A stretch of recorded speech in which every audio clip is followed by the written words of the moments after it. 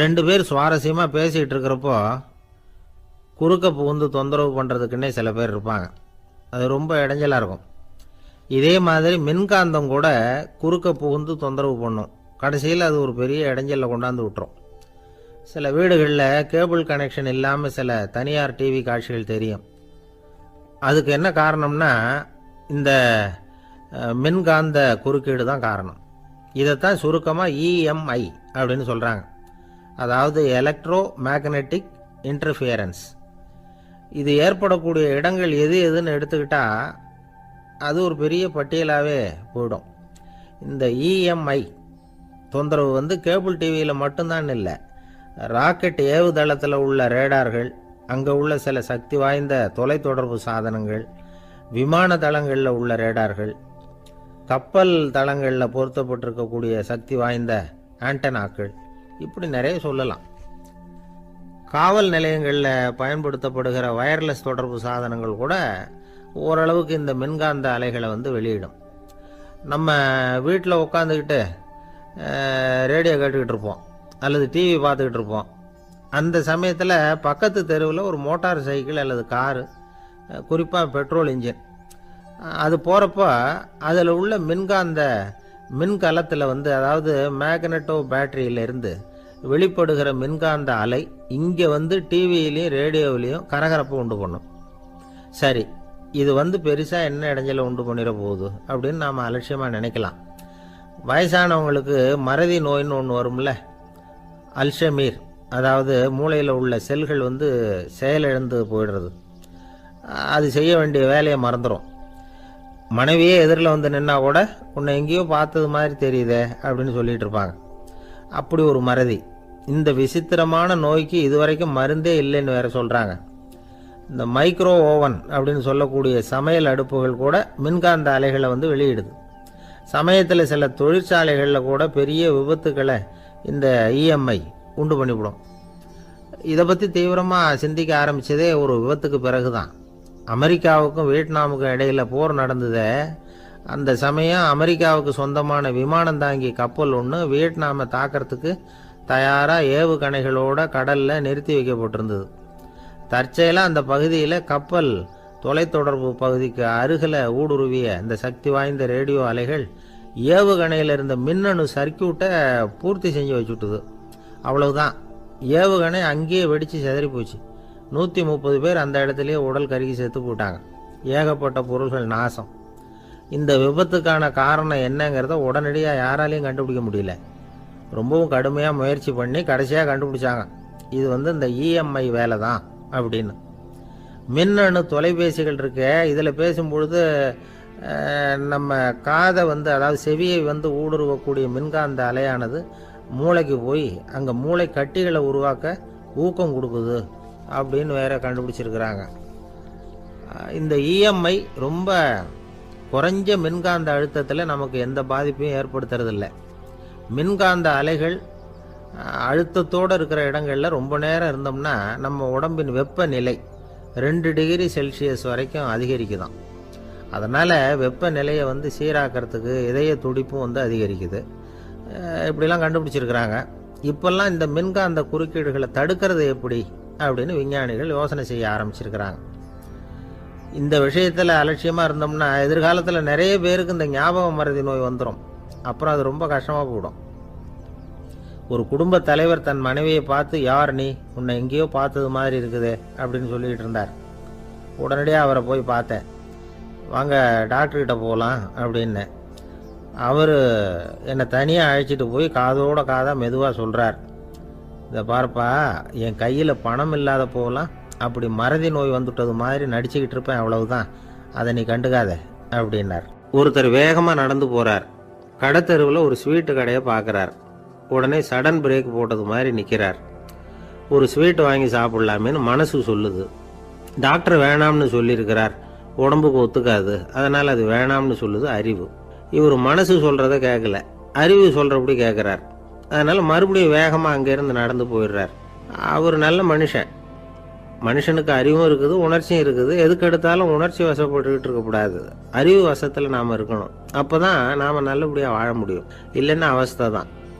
மகாபாரதத்தில் சந்தனுன்னு சொல்லி ஒரு அரசன் வர்றான். அவன் ஒரு சமயம் அறிவு வசப்படாமல் உணர்ச்சி வசப்படுறான். அதாவது ஒரு நாள் கங்கை கரையில் ஒரு அழகான பொண்ணை பார்க்குறான். இவனுடைய மனசு அவகிட்ட போயிடுது. அவளை வந்து கல்யாணம் பண்ணிக்கிறதுக்கு ஆசைப்படுறான். அந்த பொண்ணு சரின்னு சம்மதிக்கிறா. ஆனால் ஒரு நிபந்தனை போடுறா. அந்த நிபந்தனைக்கு சம்மதம்னு சொன்னாதான் உன்னை கல்யாணம் பண்ணிக்குவேன்னு சொல்றா. சரி, அவள் போட்ட நிபந்தனை என்ன தெரியுமா? இது மாதிரி நான் உங்கள் மனசு புண்படுற மாதிரி எந்த காரியம் பண்ணாலும் நீங்கள் என்னை ஏன்னு கேட்கக்கூடாது. நான் செய்கிற காரியத்தை தடுக்கவும் கூடாது. அப்படி நீங்கள் செஞ்சால் அடுத்த கணமே நான் உங்களை பிரிஞ்சு போயிடுவேன்.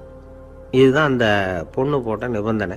சந்தன அரசன் இந்த நிபந்தனையை வந்து ஒத்துக்கலாமா? இதை அறிவுபூர்வமாக யோசிச்சிருந்தா இதுக்கு கட்டுப்பட்டுருக்க மாட்டான். இந்த நிபந்தனைக்கு நான் சம்மதிக்க மாட்டேன்னு தான் சொல்லியிருக்கணும். ஆனால் அவன் அந்த நேரத்தில் உணர்ச்சி வசத்தில் இருந்தான். அதனால் நீ என்ன சொன்னாலும் சரின்னு ஒத்துக்கிட்டான். அவளை கல்யாணம் பண்ணிக்கிட்டான். இதனால் என்ன ஆச்சு? 7 பச்சை இளம் குழந்தைகளை பிறந்த உடனே அவள் கங்கையில் தூக்கி எறிஞ்சி கொல்லக்கூடிய கோர காட்சியை இவன் ஒன்று பின்னாடி ஒன்றா பார்க்க வேண்டியதாக போச்சு. கடைசியில் 8வது குழந்தை பிறந்ததுன்னு தான் அவனுடைய அறிவு மேலோங்குது. அந்த கொடிய செயலை தடுத்து நிறுத்துறான். அந்த 8வது குழந்தை தான் பின்னாடி பீஷ்மர் ஆகிறார். ஒரு பக்தி பிரசங்கத்தில் ஒரு பேச்சாளர் இந்த விஷயத்தை சொல்லிவிட்டு இன்னொரு விஷயமும் சொன்னார். அது என்னன்னா, சந்தனு மன்னன் அறிவுக்கும் உணர்ச்சிக்கும் நடுவில் அகப்பட்டு தவிச்சதுனால அவன் வம்சத்தில் வந்த கௌரவர்கள் வந்து உணர்ச்சி வசப்பட்டாங்க, பாண்டவர்கள் வந்து அறிவு வசப்பட்டாங்க அப்படின்னு சொன்னார். மனுஷனுக்கு உணர்ச்சியை விட அறிவு மேலோங்கி இருக்கணுங்கிறது சரிதான். ஆனால் அந்த அறிவை வந்து எப்படி உபயோகப்படுத்துகிறோங்கிறது முக்கியம். ஒருத்தர் சொன்னார், சார் இன்னைக்கு கோயம்புத்தூரில் ஒரு கல்யாணம், அதுக்கு நான் போக முடியலேன்னு நினைக்கும் பொழுது மனசுக்கு ரொம்ப வருத்தமாக இருக்குது சார் அப்படின்னார். ரொம்ப உணர்ச்சி வசப்பட்டார். அதுக்காக கவலைப்படாதீங்க சார், ஒரு வாழ்த்து தந்தி கொடுத்துருங்களேன் அப்படின்னார் இன்னொருத்தர். அது எப்படி சார் முடியும்னார் அவர். நான் தானே சார் கல்யாண மாப்பிள்ளை அப்படிங்கிறார் அந்த ஆள். ஒரு ஆளை அடையாளம் கண்டுபிடிக்கணும்னா அதுக்கு சுலபமான வழி என்ன? முகத்தை பார்த்து கண்டுபிடிக்கிறது தான். ஆனால் மனுஷன் தப்பு பண்ண ஆரம்பிக்கும் பொழுது அவனை கண்டுபிடிக்கிறதுக்கு வேறு வழிகளை தான் கையாள வேண்டியிருக்கு. கைரேகை அதுக்கு ரொம்ப உபயோகப்படுது. கைரேகைகள் வந்து ஒருத்தருக்கு இருக்கிறது மாதிரி இன்னொருத்தருக்கு இருக்கிறது இல்லை. பல் வரிசையும் அப்படி தான். ஏமாத்துறவங்க அதிகமாக போனால் இருக்கிறவங்க எச்சரிக்கையாக இருக்க வேண்டியிருக்குது. பயோமெட்ரிக்ஸ் அப்படிங்கிறது ஒரு பெரிய தொழில்நுட்பம். இதை உபயோகப்படுத்தி சில பாதுகாப்பு உத்திகளை எல்லாம் உருவாக்கி இருக்கிறாங்க அமெரிக்காவில். வீட்டுக்கு சொந்தக்காரர் குரல் கொடுத்தா கதவு திறக்கும், அல்லது அவர் கை வச்சா கதவு திறக்கும். மற்றவங்க யார் என்ன பண்ணாலும் கதவு திறக்காது. இது ஒரு முறை. அவரோட குரல் அல்லது கைரேகை ஒரு எலக்ட்ரானிக் சாதனத்தில் ஏற்கனவே பதிவு பண்ணப்பட்டிருக்கும். இவர் குரல் கொடுக்குறப்போ அல்லது கையை வைக்கிறப்போ அதை ஒப்பிட்டு பார்த்து சரியாக இருந்தால் கதவு திறக்கிறது மாதிரி ஒரு ஏற்பாடு. இதே மாதிரி ஒருத்தரோட விழித்திரையில் உள்ள இரத்த குழாய் அமைப்பு பாருங்க, அது கூட ஒருத்தருக்கு இருக்கிறது மாதிரி இன்னொருத்தருக்கு இருக்கிறது இல்லை. அதனால் அதை வச்சு அடையாளம் கண்டுபிடிக்கக்கூடிய சாதனங்களும் இப்போ பழக்கத்துக்கு வந்தாச்சு. கைரேகையை ஒப்பிடுற சாதனத்தை விட விழித்திரை இரத்த குழாய் அமைப்பை அடையாளம் காணுற சாதனம் இருக்கு பாருங்க, இது ரொம்ப நுட்பமானது. இது வந்து நம்ப தகுந்தது. ஒரு ஆளை வந்து அடையாளம் கண்டுபிடிக்கிறதுக்கு இது எடுத்துக்கிற நேரம் வந்து 1 வினாடி தான். ஒரு கருவி இருக்கும், அதில் உள்ள ஒரு சிறு துளையில் கண்ணை வச்சு பார்க்கணும். உடனே இந்த சாதனம் குறைந்த சக்தி உள்ள இந்த அகசிவப்பு ஒளியை பாய்ச்சி அவரது விழித்திரையின் இரத்த குழாயை ஆராய்ச்சி பண்ணி ஏற்கனவே அதோட நினைவு பெட்டகத்தில் பதிவு பண்ணி வச்சிருக்கிறோமே அந்த அமைப்புகளோட இதை ஒப்பிட்டு பார்த்து சரியான ஆள் தானா இல்லையா அப்படின்னு அடையாளம் காட்டிவிடும். குரலை வச்சு அடையாளம் கண்டுபிடிக்கிறதும் இந்த பயோமெட்ரிக்ஸ் முறைகளில் ஒன்று. ஒரு நபரோட குரலை டிஜிட்டல் குறியீடுகளை மாற்றி பதிவு பண்ணிக்கிட்டு மீண்டும் அதே குரலை வந்து இனம் காணக்கூடிய சாதனங்கள் ஏற்கனவே அமெரிக்காவில எல்லாம் விற்பனைக்கு வந்தாச்சு. ஒரு ஆளுக்கு ஜலதோஷம் பிடிச்சிருந்தா கூட அந்த சாதனம் சரியாகவே கண்டுபிடிச்சிருமா. குரலை மாற்றி பேசுகிறவங்க கூட இந்த கருவியை ஏமாற்ற முடியாது. இதை ஆஸ்பத்திரிகள், வங்கிகளில் உள்ள இரும்பு பெட்டக காப்பறைகள் இங்கெல்லாம் உபயோகப்படுத்தலாம். குழந்தைகள் உள்ள இடங்களுக்கு இது ரொம்ப உபயோகப்படும்.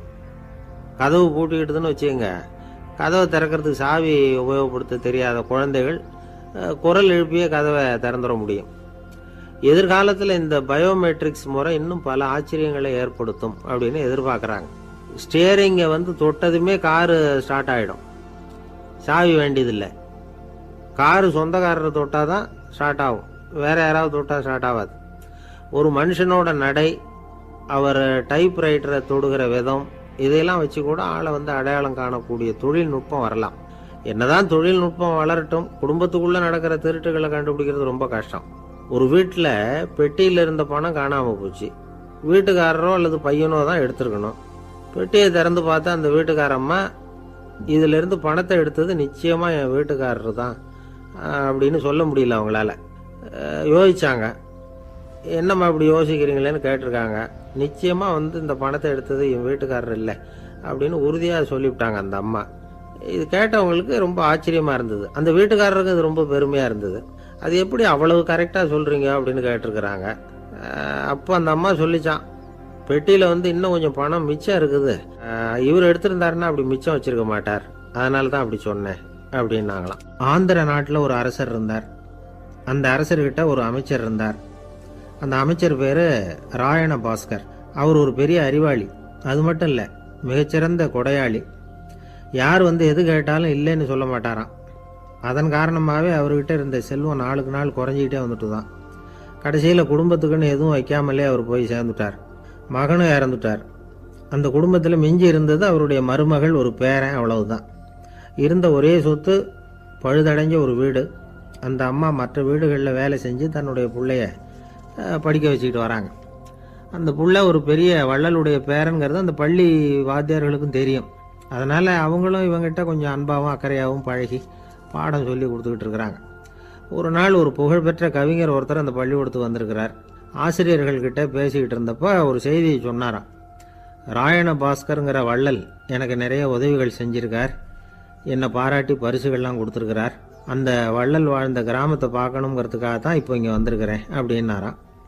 ஆசிரியர் உடனே இந்த பையனை கூப்பிட்டு, இதை பாருங்கள், இவன் யார் தெரியுமா, நீங்கள் குறிப்பிடுகிற அந்த வள்ளலின் பேரன் அப்படின்னு அறிமுகப்படுத்தினாராம். கவிஞரின் கண்களில் ஆனந்த கண்ணீர். அந்த பரவச நிலையிலேயே அந்த வள்ளலை பற்றி கவி பாட ஆரம்பிச்சுட்டாராம். இந்த சின்ன பையன் அதை கேட்டிருக்கிறான். உடனே என்ன பண்ணான் தெரியுமோ, தன் கையில் அணிஞ்சிருந்த ஒரு பொன் வளையலை கழட்டி அந்த கவிஞருக்கு பரிசாக கொடுத்துட்டானான். எல்லாருக்கும் ஆச்சரியம். தாத்தா இருக்கும் நிலையில் கொடுத்தார், பேரன் இல்லாத நிலையிலையும் கொடுக்குறான். பையனை எல்லாரும் பாராட்டினாங்களாம். இருந்தாலும் அவனுக்குள்ள ஒரு பயம் எதுவும் ஆரம்பமாச்சு. பள்ளிக்கூடம் விட்டு வீட்டுக்கு வரும்பொழுது அந்த பயம் இன்னும் அதிகமாயிட்டுது.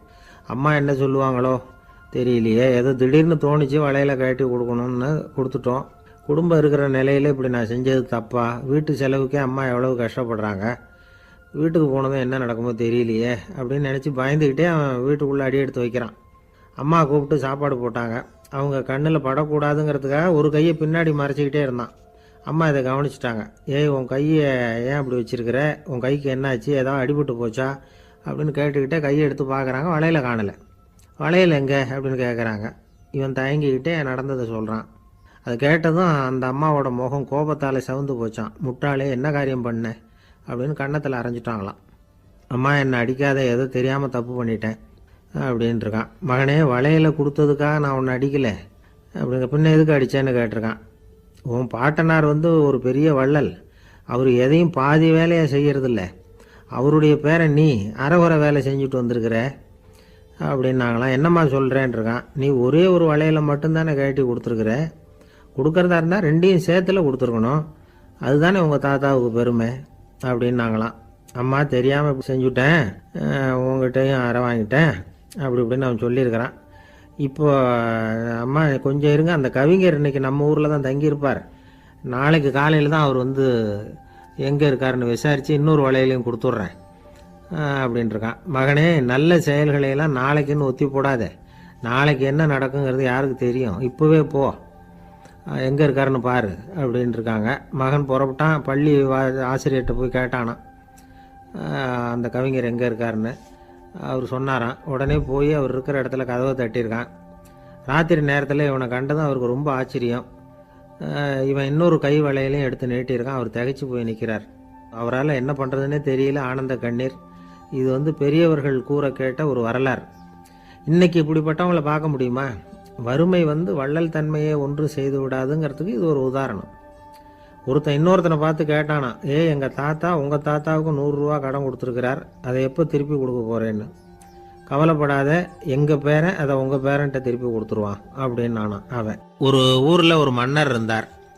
புத்தி கூர்மை உள்ள ஒரு மன்னர். பொதுவாக மன்னர்களுக்கு சந்தேகம் வந்தால் சபையில் உள்ள சான்றோர்கள்கிட்ட கேட்டு தெரிஞ்சுக்கிறது தானே வழக்கம். ஆனால் இங்கே அப்படி இல்லை. மற்றவங்களுக்கு சந்தேகம் வந்தால் மன்னர்கிட்ட கேட்டு தெரிஞ்சுக்குவாங்க. அது மாதிரி கேட்டு தெரிஞ்சுக்கிறதுக்காக ஒரு பெரியவர் ஒரு நாள் வந்தார். அவர் கையில் 3 பொம்மைகள் வச்சிருந்தார். 3 ஒரே மாதிரி பொம்மைகள், கொஞ்சம் கூட வித்தியாசம் தெரியல. ஏது இந்த பொம்மைன்னு கேட்டார் மன்னர். எனக்கு வேண்டியப்பட்ட ஒருத்தங்கிட்ட இருந்து இதை வாங்கிட்டு வந்திருக்கிறேன். நான் தான் அவன்கிட்ட இந்த பொம்மையை செஞ்சு கொடுக்க முடியா கேட்டுக்கிட்டேன். அவன் ரொம்ப புத்திசாலி, அவன் தான் இதை செஞ்சு கொடுத்தான். ஆனால் அதில் ஒரு சிக்கல் அப்படின்னார். என்ன பிரச்சனைன்னு கேட்டிருக்காரு இவர். நான் அவன்கிட்ட கேட்டது 3 விதமான பொம்மைகளாக இருக்கணும்னு கேட்டேன். அவன் என்னடான்னா 3 ஒரே மாதிரியாக செஞ்சு கொடுத்துட்டான் அப்படின்னார். அவங்ககிட்டயே கேட்கறது தானே அப்படின்னு இருக்காரு இவர். கேட்டேன், அவன் என்ன சொல்கிறான்னா இது 3 ஒரே மாதிரி பொம்மை கிடையாது, 3 விதம், ஒன்றுக்கு ஒன்று வித்தியாசம் இருக்குது. இந்த 3 பொம்மையும் 3 விதமான நண்பர்களுக்கு உதாரணங்கள் அப்படின்னு சொல்கிறான். எனக்கு ஒன்றும் புரியல, அதுதான் உங்ககிட்ட வந்தேன் அப்படின்னார். சரி, அந்த பொம்மைகளை இப்படி கொடுங்க அப்படின்னு வாங்கினார் மன்னர். எடுத்துக்கிட்டு உள்ளே போனார். கொஞ்ச நேரம் கழித்து வெளியில் வந்தார். அதுக்கப்புறம் சொன்னார், இதை பாருப்பா, அவன் சொன்னது சரிதான், 3 விதம் தான். இது இருக்குதே முதல் பொம்மை, இது உத்தமமான நண்பனுக்கு உதாரணம். இந்த 2வது பொம்மை இது மத்தியமமான நண்பனுக்கு உதாரணம். அந்த 3வது பொம்மை இருக்குதே அது மோசமான நண்பனுக்கு உதாரணம். இதை செஞ்சவன் உண்மையிலேயே பெரிய அறிவாளி தான் அப்படின்னாராம். வந்தவருக்கு ஒன்றும் புரியல. பார்த்தா ஒன்றும் வித்தியாசம் தெரியலையே அப்படின்னு அவன் குழம்பி போய் நிற்கிறான். இப்போ அந்த மன்னர் விளக்கம் கொடுக்குறார். அந்த 3 பொம்மையையும் எடுத்து முன்னாடி வச்சார். ஒரு மெல்லிய கம்பியை கையில் எடுத்தார். அந்த முதல் பொம்மை காதில் விட்டார். கொஞ்ச தூரம் உள்ளே போய் அப்படியே நின்றுட்டுது அந்த கம்பி. அப்புறம் 2வது பொம்மை காதில் அந்த கம்பியை விட்டார். அந்த கம்பி என்னாச்சுன்னா அப்படியே அது வாய் வழியாக வெளில வந்தது. 3வது பொம்மை காதில் கம்பியை செலுத்தினார். அது நேராக இன்னொரு காது வழியாக வெளியில் வந்தது. இப்போ இந்த முதல் வகை இருக்குதே, அது மாதிரியான நண்பர்கள் எப்படி தெரியுமா? நம்ம கஷ்டத்தை அவங்கக்கிட்ட சொன்னால் பேசாமல் கேட்டுக்குவாங்க. வெளியில் அதை யாருக்கிட்டையும் சொல்லிகிட்டு இருக்க மாட்டாங்க. வெளியில் தெரியாமல் நமக்கு உதவி பண்ணுவாங்க. செஞ்சுட்டு அதை நான் தான் செஞ்சேன்னு சொல்லிகிட்டு இருக்க மாட்டாங்க. அதுதான் கம்பி ஒரு காது வழியாக போய் உள்ளே நின்றுட்டுது. 2வது பொம்மையில் கம்பி என்னாச்சு, ஒரு காது வழியாக போய் வாய் வழியாக வெளியில் வருது. இது மாதிரியான நண்பர்கள்கிட்ட நாம் கஷ்டத்தை சொன்னால் அதை அவங்க 4 பேர்கிட்ட போய் சொல்லி நமக்காக உதவி கேட்பாங்க. நமக்குன்னு கேட்டு வாங்கி அதை நம்மகிட்ட கொண்டுகிட்டு கொடுப்பாங்க. இவங்க மத்தியமமான நண்பர்கள். 3வது பொம்மையில் ஒரு காது வழியாக செலுத்துகிற கம்பி இன்னொரு காது வழியாக வெளியில் வந்துடுது. இது மாதிரியான நண்பர்கள்கிட்ட நம்ம கஷ்டத்தை சொன்னால் அவங்க காது கொடுத்து கேட்கறது மாதிரி நடிப்பாங்க. அப்படியே இன்னொரு காது வழியாக அதை வெளில விட்டுருவாங்க. அதை பற்றி கவலைப்பட மாட்டாங்க. இதுதான் இந்த பொம்மைகளுக்குள்ளே இருக்கிற வித்தியாசம் அப்படின்னு விளக்கம் கொடுத்தாராம் மன்னர். படிக்கிற பிள்ளைங்கள்லேயும் இது மாதிரி 3 வகை உண்டு. சில பேர் காதால் வாங்கி மனசில் வச்சுக்குவான். சில பேர் காதால் வாங்கி பேனாவால் எழுதி விடுவான். சில பேர் ஒரு காதால் வாங்கி இன்னொரு காதால் வெளியில் விட்டுருவான். ஒரு பையன் வகுப்பில் ஆசிரியர் பாடம் நடத்தும் பொழுது தலையை வேகமாக ஆட்டி ஆட்டி கேட்பானா. ஏன்டா இப்படி தலையை இப்படி ஆட்டுற அப்படின்னு கேட்டிருக்கான் பக்கத்தில் இருந்தவன்.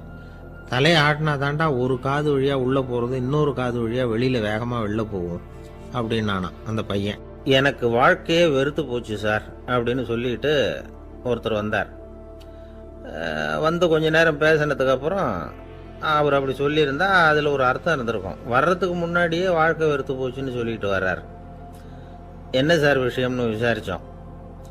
எங்கள் வீட்டில் தினம் 3 வேளையும் ஒரே மாதிரி சாப்பாடு சார், வித்தியாசமே கிடையாது. இப்படியே 3 மாதமாக சாப்பிட்டுக்கிட்டு இருக்கிறேன்.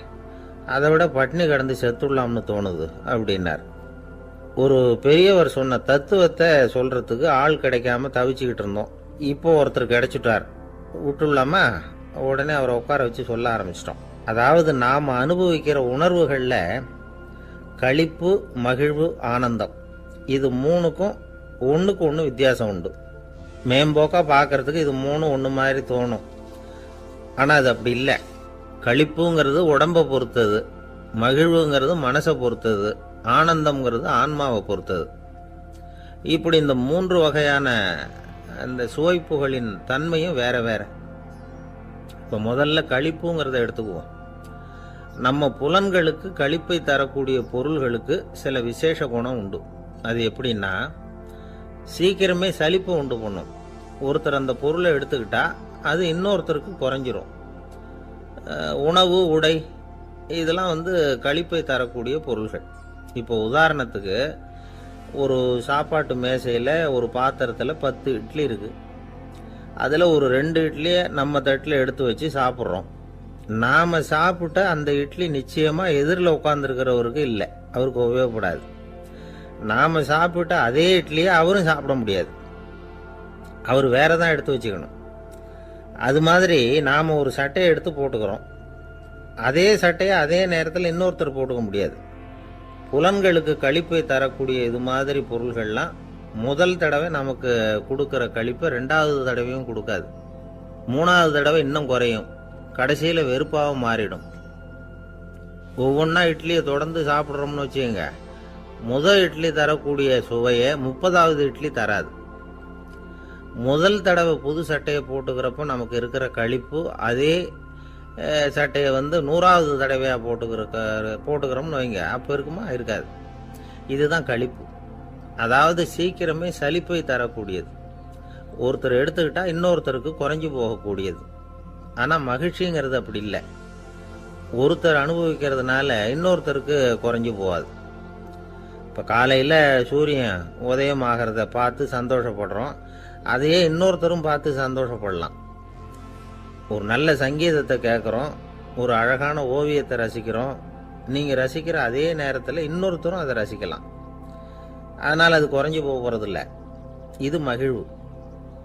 ஆனால் ஒன்று, ஒரே பாடலை திரும்ப திரும்ப கேட்டுக்கிட்டு இருந்தால் கடைசியில் அலுப்பு தட்டும். அதாவது மகிழ்வுங்கிறது எப்படின்னா, மற்றவங்களோட பகிர்ந்து கொள்றதுனால குறையாது. ஆனால் ஒரே பொருள் மீண்டும் மீண்டும் அனுபவிப்ப தர்றப்போ முதல்ல மகிழ்வு அதிகரித்து அதுக்கப்புறம் அது மங்கி மறைஞ்சு போயிடும். இதுதான் அந்த மகிழ்வுங்கிறதுக்கு இலக்கணம். சரி, இப்போ 3வதா சுகம் தரக்கூடிய ஆனந்தம்ங்கிறது எப்படின்னா, இது நமக்கு உள்ளே இருந்து சுரக்கிறது. மனசு சலனங்கள்லேருந்து விடுபடுறப்போ இந்த ஆனந்தம் நமக்கு கிடைக்கும். இது நிலையான சுகம், ஆத்ம சுகம். களிப்பிலிருந்து மகிழ்வுக்கும் மகிழ்விலிருந்து ஆனந்தத்துக்கும் செல்றது தான் மனிதன் நடத்த வேண்டிய முக்கியமான பயணம். இவ்வளவு விஷயத்தையும் கேட்டுட்டு இந்த காலத்து பையன் ஒருத்தன் வந்தான். சார், இப்போ நீங்கள் ஒரு சாப்பாட்டு மேசையில் ஒரு 10 இட்லி வைக்கிறீங்க, என்ன உட்கார வைங்க, எதிரில் இன்னொருத்தனை உட்கார வைங்க, நான் களிப்பு மகிழ்வுலாம் தாண்டி நேரடியாக ஆனந்தத்துக்கு பயணம் பண்ணி காட்டுறேன் அப்படின்னா. ஒன்றும் புரியல அவன் சொன்னது. அது எப்படி, என்ன பண்ணுவ நீ அப்படின்னு சொல்லி கேட்டோம் ஆச்சரியமா. 2 இட்லி சாப்பிட்டா தானே சார் களிப்பு, நான் 10 இட்லியும் மொத்தமாக சாப்பிட்ருவேன், அடுத்தவனுக்கு எதுவும் கிடைக்காது, அவனுக்கு கிடைக்காதபடி நாமே சாப்பிட்டுடுறோம்ல, அதுதானே நமக்கு ஆனந்தம் அப்படின்னு அதுக்கு ஒரு விளக்கம் சொல்கிறான். ஒரு கணவன் மனைவி, எப்போ பார்த்தாலும் அவங்க 2 பேருக்கும் இடையில சண்டை வந்துக்கிட்டே இருந்தது. இதில் என்ன ஆச்சரியங்கிறீங்களா? நான் அதுக்காக சொல்ல வரல, இது வேற விஷயம். அதாவது சண்டை போடாமல் இருக்கிறதுக்கு வழி சொல்கிற தகவல் இது. நான் சொன்ன அந்த கணவன் மனைவி எப்படின்னா, கணவன் ஒரு வார்த்தை சொன்னால் மனைவி கிட்டேருந்து 2 வார்த்தை பதிலாக வரும், இதுக்கு கணவன் கிட்டேருந்து 4 வார்த்தை பதிலாக வரும். இப்படி வார்த்தைகள் பெருகி போய் கடைசியில் வம்புல முடியும். அந்த அம்மா பொறுத்து பார்த்தாங்க, அவங்களால தாக்கு பிடிக்க முடியல. பக்கத்து வீட்லேயும் ஒரு கணவன் மனைவி இருந்தாங்க, அவங்களுக்குள்ள சண்டை வர்றதில்லை. அது எப்படி அவங்களால மட்டும் சண்டை போடாமல் இருக்க முடியுது அப்படின்னு இந்த அம்மாவுக்கு ஆச்சரியம். ஒரு நாள் நேராக பக்கத்து வீட்டு அம்மாக்கிட்டே போய், ஏம்மா, நீங்கள் எப்படி கணவனும் மனைவியும் சண்டை போட்டுக்காமல் இருக்கிறீங்க, அது எப்படி முடியுது உங்களால் அப்படின்னு கேட்டாங்க. அதுக்குன்னு ஒரு மருந்து இருக்குது, அதை சாப்பிட்டா சண்டை வராது அப்படின்னாங்க அவங்க. சரிங்க, அந்த மருந்தை அவர் சாப்பிட மாட்டேன்னு சொல்லிட்டா என்ன பண்ணுறது அப்படின்னு கேட்டிருக்கிறாங்க இவங்க. அந்த மருந்து அவருக்கு இல்லைம்மா, உனக்கு தான் அப்படின்னாங்களாம் அவங்க. அப்படியா, அப்படின்னா கொடுங்க, ரொம்ப நல்லதாக போச்சு, அதை எப்படி சாப்பிட்றதுங்கிற விவரத்தையும் சொல்லுங்கள், எங்கே அது கிடைக்குங்கிறதையும் சொல்லுங்கள், வாங்கிக்கிறேன் அப்படின்னு கேட்டாங்களாம் இவங்க. வேறு எங்கேயும் போய் வாங்க வேண்டாம், என்கிட்டே இருக்க அந்த மருந்து, அதில் கொஞ்சம் தர்றேன், வாங்கி வச்சுக்க. உன் வீட்டுக்காரர் உன்னோட சண்டையை ஆரம்பிக்கிறப்போலாம் நீ இந்த மருந்தில் 1 ounce வாயில் ஊற்றிக்கணும். அதை உடனே குடிச்சிடக்கூடாது, ஒரு 5 நிமிஷமாவது அது வாயில் இருக்கணும், அதுக்கப்புறம் குடிச்சிடலாம் அப்படின்னு சொல்லி ஒரு பாட்டில் மருந்தை அந்த அம்மா கிட்ட கொடுத்து அனுப்புனாங்களாம். மருந்தை எடுத்துக்கிட்டு இந்த அம்மா வீட்டுக்கு வந்திருக்கிறாங்க.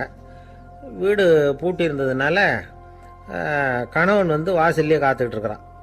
மனைவியை கண்டதும் சண்டை போட ஆரம்பிச்சிட்டான்.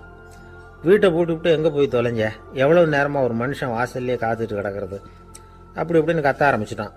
மனைவி இதுக்கு பதிலே சொல்லலை. அந்த அம்மா பேசாமல் வீட்டை திறந்தாங்க, சமையல் அறைக்குள்ளே போனாங்க. ஒரு அவுன்ஸ் மருந்தை வாயில் ஊற்றிக்கிட்டாங்க. அன்னைக்கு சண்டை மேற்கொண்டு வளரவே இல்லை, நின்றுட்டுது. மருந்து பரவாயில்லை. அதுக்கப்புறம் பல சந்தர்ப்பங்களில் சண்டை வரும் போல் இருக்கிற போலாம் இந்த மருந்து அதை நிறுத்தியிருக்கு. பிரமாதமான மருந்தாக இருக்குது இதை கொஞ்சம் அதிகமாகவே வாங்கி வீட்டில் வச்சுக்க வேண்டியது தான் அப்படின்னு முடிவு பண்ணிட்டு இந்த அம்மா மறுபடியும் பக்கத்து வீட்டு அம்மாக்கிட்ட போனாங்க. எவ்வளவு விலையானாலும் சரி, நான் காசு கொடுத்து வாங்கி வச்சுக்கிறேன், எந்த கடையில் இருக்குது இந்த மருந்து சொல்லுங்க அப்படின்னு கேட்டாங்க. இந்த மருந்துக்கு விலையே கிடையாதுங்க, இலவசமாகவே கிடைக்கும்னாங்களாம் அவங்க. அது எப்படி விலை இல்லாமல் இதை விற்க முடியுது அப்படின்னு கேட்டாங்களாம் இவங்க. அது மருந்தாக இருந்தால் தானே விலை வைக்கிறதுக்கு, அது வெறும் தண்ணி தானே அப்படின்னாங்களாம். வெறும் தண்ணியாக சண்டையை நிறுத்துது அப்படின்ட்டு இருக்காங்க இவங்க. அது சண்டையை நிறுத்தலை, உன்னோட மௌனம் தான் சண்டையை நிறுத்துது. நீ வாயில் தண்ணியை வச்சுக்கிறதுனால எதிர்த்து பேசுறதில்ல, அதனால் உன்னுடைய கணவர் கோபம் சாந்தமாயிடுது அப்படின்னாங்களாம் அவங்க. இந்த கதையிலேருந்து சண்டையை நிறுத்துகிற மருந்து எதுன்னு தெரிஞ்சுக்கிட்டோம் இல்லையா. ஒருத்தர் என்ன பண்ணார், பாட்டிலில் தண்ணியை ஊற்றி வச்சுக்கிட்டு அவர்கிட்ட வர்றவங்களுக்கெல்லாம் இதை சிபாரிசு பண்ணலாம்னு நினச்சிக்கிட்டு உட்காந்துருந்தார். ஒரு அம்மா வந்தாங்க. இதை கேட்டுவிட்டு இதையே ஒரு மருந்து மாதிரி கொடுக்கலாம்ங்கிறது அவர் முடிவு. அதனால் பாட்டிலில் தண்ணியை அடைச்சி வச்சுக்கிட்டு அதில் கலருக்காக எண்ணத்தையோ ஒரு ஜீரகம் அது மாதிரி எதையாவது கலந்து வச்சுக்கிட்டு ஒரு மருந்து மாதிரி ஒரு பாவனையில் வச்சுக்கிட்டு உட்காந்துருக்கார். யாராவது வீட்டில் சண்டைன்னா என்கிட்ட வாங்க மருந்து தரேன்னு. ஒரு அம்மா வந்தாங்க. எனக்கும் என் வீட்டுக்காரருக்கும் அடிக்கடி சண்டை வருதுங்க அப்படின்ட்டு இருக்காங்க. கவலைப்படாதம்மா, நான் ஒரு மருந்து தரேன்னு சொல்லி வீட்டுக்குள்ளே போய் ஒரு பாட்டில் எடுத்து வந்து கொடுத்தார். பாட்டிலில் இருக்கிறது என்னங்கிறத சொல்லிவிட்டா அது பேரில் மரியாதை வராது இல்லையா, அதனால் சொல்லலை. அந்த அம்மா வாங்கிட்டு போனாங்க. 4 நாள் கழித்து திரும்பி வந்தாங்க. என்னம்மா வீட்டில் சண்டை நின்று போச்சான்னு கேட்டிருக்காரு இவர். அங்கே நின்று போச்சுங்க, இப்போ உங்ககிட்ட ஆரம்பமாக போகுதுன்னாங்களாம். என்னம்மா அப்படின்ட்டுருக்காரு இவர் பயந்து போய். பின்ன என்னங்க, நீங்கள் என்ன மருந்து கொடுத்துருக்குறீங்க என்னங்க அப்படின்னாங்களாம் கோவமாக. அது வெறும் தண்ணி தானே அப்படின்ட்டுருக்காரு இவர். தண்ணியாக இது நல்லா பாருங்கள் அப்படின்னு அந்த பாட்டில் நீட்டினாங்களாம். இவர் வாங்கி பார்த்துருக்கார். அப்புறம் தான் விஷயம் புரியுது அவருக்கு. இவர் கை தவறுதலாக அவங்க வீட்டில் இருந்த மண்ணெண்ணெய் பாட்டில் எடுத்து அவர்கிட்ட கொடுத்துருக்குறாங்க. அப்புறம் என்ன ஆகும், சண்டை வராமல். வாங்க மாட்டேங்கிறான் சார் அப்படின்னு சொல்கிறது உண்டு. அது எப்படி காதில் வாங்கிக்காமல் இருக்க முடியும்? காதுங்கிறது எப்பவும் திறந்தே இருக்கக்கூடிய ஒன்று தானே. சில பேர் பேசிக்கிட்டே இருப்பாங்க, நாமும் கேட்டுக்கிட்டே தான் இருப்போம். அவர் என்ன சொன்னார் திருப்பி சொல்லு அப்படின்னு சொன்னால் சொல்ல தெரியாது. காது சரியாக கேட்டாலும் நாம் பேசுகிறத மற்றவங்க சரியாக கேட்குறாங்களா அப்படிங்கிறது சந்தேகம்தான். இந்த சந்தர்ப்பத்தில் ஒரு உண்மையை நாம் புரிஞ்சுக்கணும். அதாவது என்னென்னா, கேட்பதுங்கிறது வேற, கவனிக்கிறதுங்கிறது வேற. அதாவது கேட்கறதுன்னா அது ஹியரிங், கவனிக்கிறது அப்படின்னா அது லிசனிங். கேட்கறதுங்கிறது தன்னிச்சையாக நடக்கக்கூடிய ஒரு செயல். இப்போ ஒரு சாலையில் நடந்து போயிட்டுருக்குறோம். எவ்வளவோ சத்தம் நம்ம காதில் விழுந்துக்கிட்டு இருக்கு. கார் போகிற சத்தம் கேட்குது, பறவை ஒரு மரத்துலேருந்து கத்துது, அந்த சத்தம் கேட்குது. இப்படி நிறைய காதில் விழுந்துக்கிட்டு இருக்கு. ஆனால் கவனிக்கிறதுங்கிறது எப்படின்னா, நம்ம முழு மனசை செலுத்தி உன்னிப்பாக கேட்கறது. எத்தனையோ சத்தத்துக்கு நடுவில் தன்னுடைய குழந்தை அழற சத்தத்தை தாய் தெரிஞ்சுக்க முடியுது இல்லையா, அது மாதிரி. விவரம் தெரிஞ்சவங்கலாம் என்ன சொல்கிறாங்கன்னா, கவனித்தல் அதாவது லிசனிங் அப்படிங்கிற செயலில் 3 அம்சங்கள் இருக்கிறதாக சொல்கிறாங்க. அது என்ன 3 அம்சங்கள் அப்படின்னா, முதல்ல காதால் கேட்கறது, இது முதல் அம்சம். ரெண்டாவது என்னன்னா கேட்டதை புரிஞ்சுக்கிறது. மூணாவது என்னன்னா என்ன புரிஞ்சுக்கிட்டோங்கிறத தெரிவிக்கிறது, ஃபீட்பேக் அப்படின்னு சொல்கிற மாதிரி. ஒரு ஆசிரியர் வகுப்பில் பாடம் நடத்திக்கிட்டு இருக்கிறார். வெறுமனே கேட்குற குழந்தை ஒரு காதால் வாங்கி இன்னொரு காதால் விட்டுடும். அதாவது கேட்குற குழந்தை அப்படி செய்யும். ஆனால் கவனிக்கிற குழந்தை கேட்டதை புரிஞ்சுக்கும். என்ன புரிஞ்சுக்கிட்டேன்னு கேட்டால் பதில் சொல்லும். இதுதான் கேட்கறதுக்கும் கவனிக்கிறதுக்கும் உள்ள வித்தியாசம். ஒரு புள்ளி விவர கணக்கு என்ன சொல்லுது தெரியுமா? ஒரு மனிதன் எழுதுறது மூலமாக 6% அறிவை பெருக்கிக்கிறானா. எழுதுறது மூலமாக. படிக்கிறது மூலமாக 19% அறிவை பெருக்கிக்கிறானா. பேசுறது மூலமாக 30% அறிவை பெருக்கி கொள்ளுகிறான் அப்படின்னு சொல்கிறாங்க. ஆனால் பாருங்கள், கவனிக்கிறது மூலமாக 45% அறிவை பெருக்கி கொள்ளுகிறான் அப்படிங்கிறது புள்ளி விவரம். அதனால் கற்றலின் கேட்டல் நன்று அப்படின்னு சொல்கிறாங்க இல்லையா, அது இதுதான். அதனால் கவனிக்கிறது மூலமாக அதிக அறிவை நாம் பெருக்கி கொள்ள முடியும். கேள்வி ஞானம்தான் ரொம்ப சிறந்தது அப்படிங்கிறார் வள்ளுவர். அதாவது கவனித்து கேட்கணும், அதுதான் முக்கியம். இப்போ மற்றவங்க சொல்கிறத நல்லா கவனிக்க முடியாதபடிக்கு நாமே சில தடைகளை ஏற்படுத்திக்கிறோம், அல்லது நம்ம அறியாமலே அப்படி ஒரு தடை உண்டாயிடுது. அந்த தடைகளை தாண்டணும் அல்லது தகர்த்து எறியணும் அப்படிங்கிறது பெரியவர்கள் சொல்லுகிற யோசனை. அது என்ன தடைகள் அப்படின்னா, நமக்கு தெரியாத இவர் என்ன சொல்லிட போகிறார் அப்படிங்கிற நினப்பு, இது ஒரு தடை. சொல்லி முடிக்கிறதுக்கு முன்னாடியே குறுக்க பேசுறது, மனசு அங்கேயும் இங்கேயும் அலையிறது, இதெல்லாம் தான் தடைகள். ஆசிரியர் பாடம் நடத்துகிறார் அப்படின்னா மாணவர்கள் அக்கறையாக கவனிக்கணும், அப்போ தான் பரீட்சையில் பாஸ் ஆக முடியும். வீட்டுக்குள்ள கணவன் சொல்கிறத மனைவி கவனித்து கேட்கணும், மனைவி சொல்கிறத கணவன் கவனித்து கேட்கணும், இல்லைன்னா குழப்பமாயிடும். ஒரு அம்மா கோயிலுக்கு போனாங்க, சேலையில் ஒரு முடிச்சு போட்டிருந்தாங்க. எதுக்கு சேலையில் முடிச்சு போட்டு வச்சுருக்குறீங்க அப்படின்னு கேட்டாங்க. எங்கள் வீட்டுக்காரர் ஒரு கடிதத்தை மறக்காமல் தபால் போட்டியில் போட்டுடணும்னு சொன்னார், ஞாபகத்துக்காக முடிச்சு போட்டு வச்சுருக்கிறேன் அப்படின்னாங்க. கடிதத்தை பெட்டியில் போட்டுட்டிங்களா அப்படின்னு கேட்டாங்க. அது எப்படிங்க முடியும், அவர் கடிதத்தை என்கிட்ட கொடுக்க மறந்துட்டாரே அப்படின்னாங்களாம். அதனால் மறக்கப்படாதுன்னு நினச்சிக்கிட்டே மறந்து விடுறது, இப்படி ஒரு வாழ்க்கை. அதனால் வாழ்க்கையில் நமக்கு இருக்கிறது செவிச்செல்வம் ரொம்ப முக்கியமானது. நிறைய கேட்கணும், சொல்கிறத விட கேட்கணும், கேட்கறத விட முக்கியம் கவனிக்கிறது. அப்படி கவனிக்கிறது மூலமாக நம்முடைய வாழ்க்கையில் வெற்றி பெறணும். அங்கே நபிகள் நாயகம் உட்கார்ந்துருக்கிறார். அந்த சமயம் அம்மா அங்கே வர்றாங்க. அவங்க கையில் திராட்சை பழ கொத்து, அதை கொண்டுக்கிட்டு வந்து நபிகள் கிட்ட கொடுக்குறாங்க. சாப்பிடுங்க அப்படின்னு சொல்லி ரொம்ப அன்பாக வேண்டிக்கிறாங்க. நபிகள் நாயகமும் ரொம்ப பிரியமாக அதை வாங்கிக்கிட்டார். அதுக்கப்புறம் அதை சாப்பிட ஆரம்பித்தார். நபிகள் நாயகம் மதீனாவில் தங்கியிருந்தப்போ இது மாதிரி நிறைய பேர் பழங்களையும் தின்பண்டங்களையும் கொண்டுகிட்டு வந்து கொடுக்கறது வழக்கம். நபிகள் நாயகம் என்ன பண்ணுவார்னா, அதெல்லாம் வாங்குவார். உடனே பக்கத்தில் இருக்கிற தோழர்கள் எல்லாருக்கும் பகிர்ந்து கொடுப்பார், தானும் சாப்பிடுவார். இதுதான் எப்போதும் வழக்கம். ஆனால் இந்த தடவை என்னாச்சு தெரியுமா, அவர் அப்படி பண்ணலை.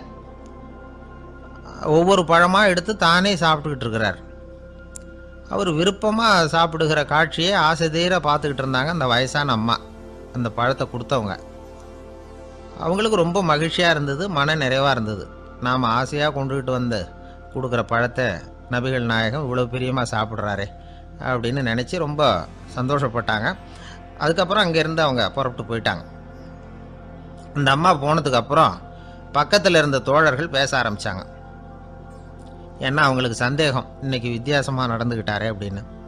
அண்ணலே, எது உங்களுக்கு வந்தாலும் எங்கள் எல்லாருக்கும் கொடுத்துட்டு தான் நீங்கள் சாப்பிடுவீங்க, இன்றைக்கி மட்டும் நீங்கள் அப்படி செய்யலையே, எல்லா பழத்தையும் நீங்களே சாப்பிட்டீங்களே, அதுக்கு என்ன காரணம் அப்படின்னு கேட்டாங்க.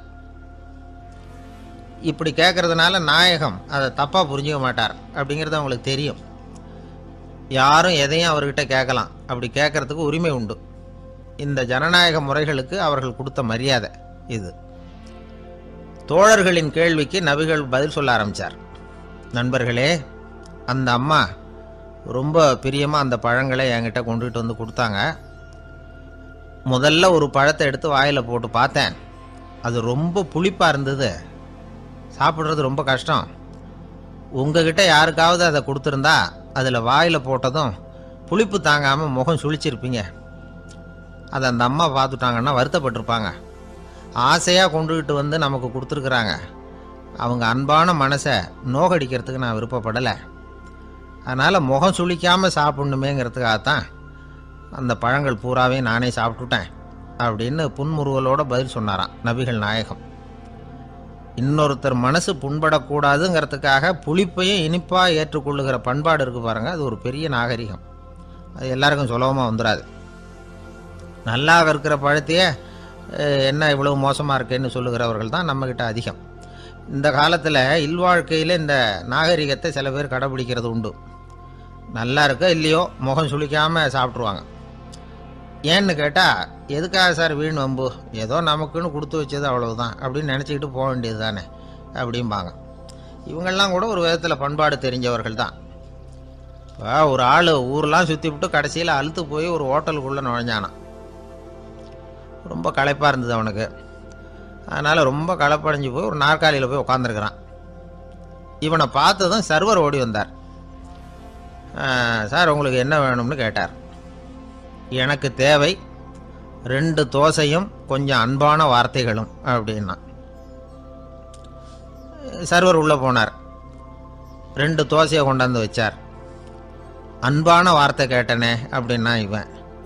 சர்வர் ரொம்ப பணிவாக குனிஞ்சு இவன் காதோரமாக சொன்னார், ஐயா இந்த தோசையை சாப்பிட்றாதீங்க, புளிச்சு போன பழைய மாவு அப்படின்னார். இது பாருங்க, அன்பான வார்த்தையும் 2 தோசையும் கேட்டார், கொண்டாந்து கொடுத்துட்டார். இப்படி இருக்கிறவர்களும் இன்றைய மனிதர்களில் அதிகம். அதனால் மனிதர்கள் ஒவ்வொருத்தரும் ஒவ்வொரு விதம். நம்மக்கிட்ட பிரியமாக நடந்துகிறவர்கள் மனம் கோணும்படி நாம் நடந்து கொள்ளக்கூடாது அப்படிங்கிறது தான் நபிகள் நாயகம் அவருடைய செயல் மூலமாக நமக்கு உணர்த்தி இருக்கிற வாழ்வியல் உண்மை. கழுதைய நண்பர்கள் எங்கே போனாலும் சேர்ந்தே போவாங்க வருவாங்க. அப்போது அந்த கழுதை கொஞ்சம் கவலையோடு பேச ஆரம்பிச்சுதான். அதோ பாரு, அங்கே ஒரு புதர் தெரியுது இல்லையா, இந்த புதருக்குள்ளே ஒரு சிங்கம் இருக்குது. அந்த பக்கமாக நான் போகிறப்போ வர்றப்போலாம் அது என்கிட்ட வம்பு வளர்க்குது, தகராறு செய்யுது, என் மேலே பாயுது, என்னை தாக்குது, ஏன்னு தெரியல அப்படின்னுது. இதை கேட்டதும் அந்த குரங்கு சொல்லிச்சு, இனிமேல் கவலைப்படாத, இந்த தடவை நான் உன்னை காப்பாற்றுறேன்னுது. அதுக்கப்புறம் ஒரு நாள் அந்த குரங்கும் கழுதியும் அந்த புதர் பக்கமாக போய்கிட்டு இருந்தாங்க. எதிர்பார்த்தது மாதிரியே நடந்தது. அந்த சிங்கம் எதிரில் வந்தது, கழுதியை பார்த்தது, உடனே அது மேலே பாய ஆரம்பிச்சுட்டுது. அவ்வளவுதான். உடனே இந்த குரங்கு என்ன பண்ணிச்சு தெரியுமா, கிடுகிடுன்னு ஒரு மரத்து மேலே ஏறி உட்காந்துக்கிட்டுது. அங்கே உட்காந்துக்கிட்டு கீழே அந்த கழுதியும் சிங்கமும் போடுற சண்டையை வேடிக்கை பார்க்க ஆரம்பிச்சுட்டுது. கொஞ்ச நேரம் கழித்து அடிபட்ட காயத்தோடு அந்த கழுதை மெதுவாக நடந்து வந்தது. குரங்கும் மெல்ல மரத்தை விட்டு கீழே இறங்கிச்சு. இப்போ கழுதை கேட்டுது, என்னை காப்பாத்துறேன்னு சொல்லிவிட்டு காலை வாரி விட்டுட்டியே, நீ பாட்டுக்கு மரத்து மேலே ஏறி உட்காந்துக்கிட்டே, அது நியாயமானது. குரங்கு பரிதாபமாக அதை பார்த்துது. நான் மரத்து மேலே இருந்து நீங்கள் 2 பேரும் சண்டை போட்டதை பார்த்துக்கிட்டு தான் இருந்தேன். உன்னோட சத்தம் தான் அதிகமாக இருந்தது, அது நீ சிரிக்கிற மாதிரி எனக்கு கேட்டுது, அதனால் நீ தான் ஜெயிச்சுக்கிட்டு இருக்க போல இருக்கு அப்படின்னு நினச்சிவிட்டேன்னு. இன்றைக்கி பல பேர் இப்படி தான் இருக்கிறாங்களாம். யார் ஜெயிக்கிறாங்க யார் தோக்குறாங்கங்கிறத முகத்தை பார்த்து கூட கண்டுபிடிக்க முடியறதில்ல, பேசுகிற பேச்சை வச்சு கூட கண்டுபிடிக்க முடியறதில்ல. தோற்கிறவங்க கூட சிரிக்கிற மாதிரி முகத்தை வச்சுக்கிறான். இன்றைய மனிதர்கள்கிட்ட ஏகப்பட்ட முரண்பாடுகள். பொய் முகங்களோட உலவுகிறவர்கள் தான் அதிகம். உண்மை முகம் எங்கே இருக்குது அப்படிங்கிறத புரிஞ்சுக்கிட்டு நண்பர்களை தேர்ந்தெடுக்கணும் அப்படிங்கிறது ஒரு முக்கியமான கருத்து. கடவுள் இந்த உலகத்தை படைச்சுட்டு அதுக்கப்புறமும் கொஞ்ச நாள் இங்கேயே தங்கியிருந்தாராம். அப்போ தான் அவருக்கு ஒரு உண்மை புரிஞ்சுதான், இந்த உலகத்தில் தங்கி இருக்கிறது எவ்வளவு இடைஞ்சல்னு. தினமும் மனிதர்கள் தேடி வந்து ஏதாவது புகார் சொல்லிக்கிட்டே இருந்தாங்களாம், எனக்கு அது வேணும் இது வேணும்னு கேட்டுக்கிட்டே இருந்தாங்களாம். சில பேர் வந்தாங்க, நாங்கள் வந்து விவசாயம் பண்ணுறோம், தண்ணி இல்லாமல் பயிர் காயுது, எங்களுக்கு மழை வேணும் அப்படின்னாங்க. அவங்க போனதும் அதுக்கப்புறம் சில பேர் வந்தாங்க, நாங்கள் வந்து மண்பானை செய்கிறவங்க, நிறைய பானை செஞ்சு வச்சுருக்குறோம், மழை பெஞ்சால் எல்லாம் கரைஞ்சி வீணாக போயிடும், அதனால் இன்றைக்கி மழை பெய்யக்கூடாதுன்னாங்க. கடவுள் பார்த்தார், அவருக்கு என்ன பண்ணுறதுன்னே தெரியல, ஏகப்பட்ட குழப்பம், தலையை பிச்சுக்கலாம் போல் இருந்தது, கிட்டத்தட்ட பைத்தியம் பிடிக்கிற அளவுக்கு ஆகிட்டுது. எல்லாருடைய ஆசைகளையும் அவரால் நிறைவேற்ற முடியல, ஏன்னா ஒன்றுக்கு ஒன்று முரண்பாடாக இருந்தது. ஒரு நாள் தன்னுடைய அமைச்சரவையை கூட்டி ஆலோசனை கேட்டார், என்ன செய்யலான்னு சொல்லுங்கன்னார். இது என்ன பிரமாதம், பேசாமல் இமயமலை அடிவாரத்தில் போய் உட்காந்துங்க, யாரும் தொந்தரவு பண்ண மாட்டாங்கன்னாங்க. அங்கேயும் மனிதர்கள் வர ஆரம்பிச்சுருவாங்களேன்னார் கடவுள். சரி அப்படின்னா சந்திரனில் போயிருந்துக்கலாமேன்னாங்க. அங்கேயும் மனுஷன் குடி வர போகிறான் அப்படின்னார் கடவுள். வெகு தூரத்துக்கு அப்பால் உள்ள நட்சத்திர மண்டலத்துக்கு போயிடலான்னாங்க. இதெல்லாம் நிரந்தர தீர்வாகாது, நிரந்தரமாக இந்த மனிதனுடைய தொல்லையிலேருந்து நான் விடுபடணும், அதுக்கு ஏதாவது வழி சொல்லுங்கன்னார் கடவுள். ஒரு வயசான ஆள் வந்தார், கடவுளுக்கு காதோட காதாக ஒரு வழியை சொன்னார். கடவுளுக்கு முகம் மலர்ந்தது, அதுதான் சரி, அப்படியே செஞ்சுடலான்னார். அந்த ஆள் சொன்ன ரகசியம் என்ன தெரியுமா, மனிதனால் அடைய முடியாத ஒரு இடம் இருக்குது, அது வேறு எங்கேயும் இல்லை, அவனுக்கு உள்ளே இருக்குது, அங்கே போய் மறைஞ்சிங்க, அதுக்கப்புறம் மனிதர்களால் உங்களுக்கு தொந்தரவு இருக்காதுன்னார். மனிதன் நினைக்காத இடம் அதுதான். அதாவது உள்ளுக்குள்ளே இருக்கிற உண்மையை புரிஞ்சிக்காம வெளியில் எங்கேயோ அது இருக்கிறதாக நினச்சி வரட்டிக்கிட்டு அலையிறான் மனுஷன். உள்ளே இருக்கிற உண்மை புரிஞ்சால் நாம் தன்னம்பிக்கையோடு தலை நிமிர்ந்து வாழலாம். வேடிக்கையாக ஒரு கதை சொல்லுவாங்க, இதை பாருங்கள், நம்ம பையன் எங்கே பணம் வச்சாலும் எடுத்து விட்றான், என்ன பண்ணுறதுன்னாங்க அம்மா. அப்பா கொஞ்சம் நேரம் யோசனை பண்ணார், அதுக்கப்புறம் சொன்னார், அவன் கண்ணில் படாத இடமா நம்ம வீட்டில் இருக்கிறது ஒரே இடம் தான், அங்கே பணத்தை வை திருட்டு போகாதுன்னார். அது எந்த இடம்னு கேட்டாங்க. அதுதான் அவன் பாட புஸ்தகம், அதில் வச்சிரு, அவன் தொடவே மாட்டான், பாட புத்தகத்தை தொடாமல் பரீட்சையில் வெற்றி பெற முடியாது அப்படிங்கிறத புரிஞ்சுக்கணும். உள்ளே இருக்கிற உண்மையை தொடாமல் வாழ்க்கையில் வெற்றி பெற முடியாது. அதனால் உண்மையை புரிஞ்சுக்கிட்டால் வாழ்க்கையில் வெற்றி நிச்சயம். அவனுக்கு வயசாயிட்டுது. இந்த கவலை பயம் எல்லாமும் அதிகமாயிட்டுது. மரண பயம், ராத்திரியில் சரியாக தூங்க முடியல, இப்படி ஆயிட்டுது நிலைமை. அந்த அரசன் ஏற்கனவே எப்படின்னா போர்க்களங்களில் எத்தனையோ பேரை ஓட ஓட விரட்டியிருக்கிறான். இருந்தாலும் இப்போ அந்த துணிச்சல்லாம் எங்கேயோ போயிட்டுது. பேசாமல் படுத்துருக்கிறான். அப்படியே படுத்தாலும் தான் தூக்கம் வர மாட்டேங்குது. என்ன பண்ணலாம்னு யோசித்தான் இந்த மன்னன். உடனே எல்லா அமைச்சர்களையும் கூப்பிட்டான். எனக்கு நிம்மதி இல்லை, எதை நினச்சாலும் பயமாக இருக்குது, எனக்கு ஒரு ஆலோசனை சொல்லுங்க அப்படின்னா. என்ன ஆலோசனை வேணும் அப்படின்னு சொல்லி கேட்டாங்க. எனக்கு ஒரு நெருக்கடியான சந்தர்ப்பம் ஏற்பட்டு போச்சுன்னு வச்சுக்கோங்க. அந்த நேரத்தில் நீங்கள் யாருமே என் பக்கத்தில் இல்லை ஆலோசனை சொல்கிறதுக்கு அப்படின்னா, அந்த சமயத்தில் எனக்கு உபயோகப்படுற மாதிரி ஒரு வாசகம், பொன்மொழி ஏதாவது சொல்லுங்கள். அதை நான் என்னுடைய வைர மோதிரத்துக்கு அடியில் பதிச்சு வச்சுக்கிறேன் அப்படின்னார். தேவைப்படுறப்போ உதவும் அப்படிங்கிறதுனால. அவர் போட்டிருந்த மோதிரமும் அதுக்கு தகுந்த மாதிரியே திறந்து மூடுறது மாதிரி அமைஞ்சிருந்தது. ஏதாவது வாசகம் எழுதுனா உள்ற வச்சுக்கலாம், அதுக்கான வசதி அதில் இருந்தது. அமைச்சர்கள்லாம் யோசனை பண்ணாங்க. இது மாதிரி ராஜா கேட்குறாரு, என்ன வாசகம், அதாவது பொன்மொழி சொல்லலாம் அப்படின்னு எல்லாரும் யோசனை பண்ணாங்க. ஒருத்தருக்குமே சரியாக தோணலை, ஒரே குழப்பமாக இருந்தது. ஏன்னா நெருக்கடியான சமயத்தில் உபயோகப்படுறது மாதிரி ஒரு பொன்மொழி வேணும்னு சொல்லியிருக்கிறார். அப்படி இப்படி யோசித்து பார்த்தா ஒன்றுமே தோணலை. எல்லாரும் குழம்பிக்கிட்டு இருந்த நேரத்தில் ஒரு பெரியவர் அந்த பக்கமாக வந்தார். அவர் சொன்னார், நான் வேணும்னா அதுக்கு பொருத்தமாக ஒரு வாக்கியம் சொல்கிறேன், ஆனால் ஒரு நிபந்தனை. அதை யாரும் ரொம்ப ஆர்வம் காரணமாக அவசரப்பட்டு படிச்சிடக்கூடாது. அதை ரகசியமாக அந்த மோதிரத்துக்குள்ளே எழுதி வச்சுக்கணும். எப்போவாவது இக்கட்டில் மாட்டிக்கிற சமயத்தில் மட்டும் வேறு வழியே இல்லை அப்படிங்கிற நிலைமையில் மட்டும்தான் அதை திறந்து பார்க்கணும். அப்படி நீங்கள் இருக்கிறதா இருந்தால் நான் அதை சொல்கிறேன் அப்படின்னார் அந்த பெரியவர். சரின்னு ஒத்துக்கிட்டாங்க எல்லாரும். அதே மாதிரி அவர் ஒரு வாக்கியத்தை சொன்னார். அவர் சொன்ன வாக்கியத்தை ரகசியமாக மோதிரத்துக்குள்ளே பதிச்சு மூடியாச்சு. ராஜா அதை விரலில் மாட்டிக்கிட்டார்.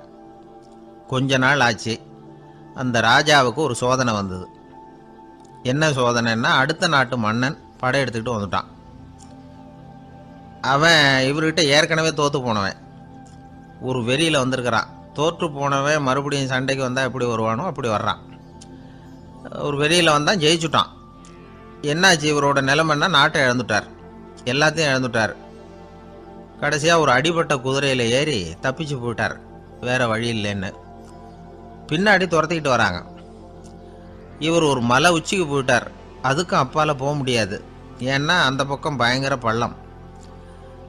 உல்லாச பயணிகள் கண்டு கழிக்கிற இடம் அது.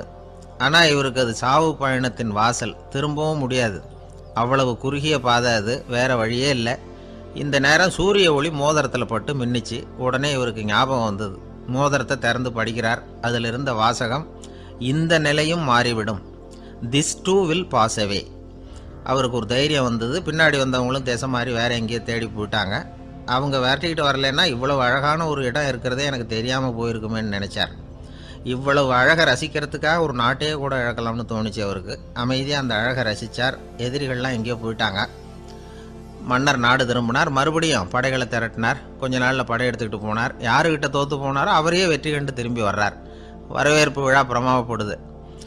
ஆடல் பாடல் கோலாகலம். இதை பார்த்ததும் அந்த ராஜாவுக்கு தலைகால புரியல. நம்மளை இனிமேல் யாராலையும் ஜெயிக்க முடியாதுன்னு நினச்சார். அகம்பாவம் லேசாக எட்டி பார்த்தது.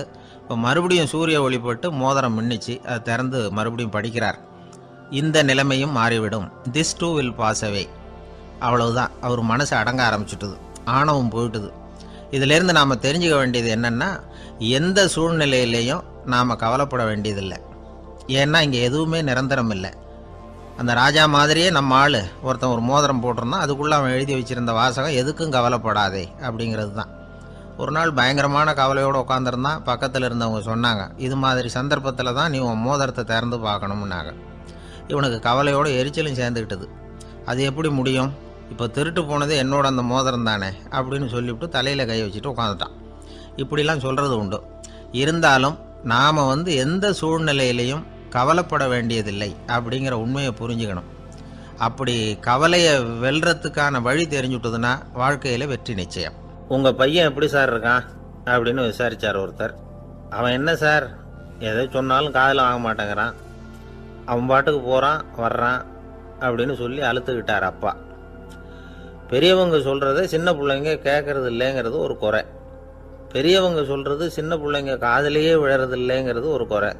இது கொஞ்சம் சீரியஸான விஷயம், கவனித்து பார்க்கணும். ஒரு குழந்தைக்கு காது சரியாக கேட்குதா இல்லையா அப்படிங்கிறத நாம தான் கவனித்து பார்த்து கண்டுபிடிக்கணும். அதுவாக நம்மக்கிட்ட தவழ்ந்து அப்பா எனக்கு காது கேட்கல, அழைச்சிட்டு போங்க டாக்டர்கிட்ட அப்படின்னுலாம் சொல்லிகிட்டு இருக்காது. அது சரி, ஒரு குழந்தைக்கு காது சரிவர கேட்குதா இல்லையா அப்படிங்கிறத முன்கூட்டியே நாம் தெரிஞ்சுக்கிறது எப்படி? அதுக்கு சில வழி இருக்குது. உங்கள் குழந்தைய கொஞ்சம் அப்படி கவனித்து பாருங்கள். அடிக்கடி ஜலதோஷம், காதில் அரிப்பு ஏற்படுதா, மூக்கு விரிவாகவும் அப்புறம் டான்சில், அடினாய்டு, சத அழற்சி இது மாதிரி ஏதாவது இருக்கா, வாயிலிருந்து எச்சில் ஒழுகுதா, குழந்தை வாயினால் சுவாசிக்குதா, பற்கள் முன்னாடி தள்ளி வளருதா, இதெல்லாம் அதுக்கு அறிகுறி.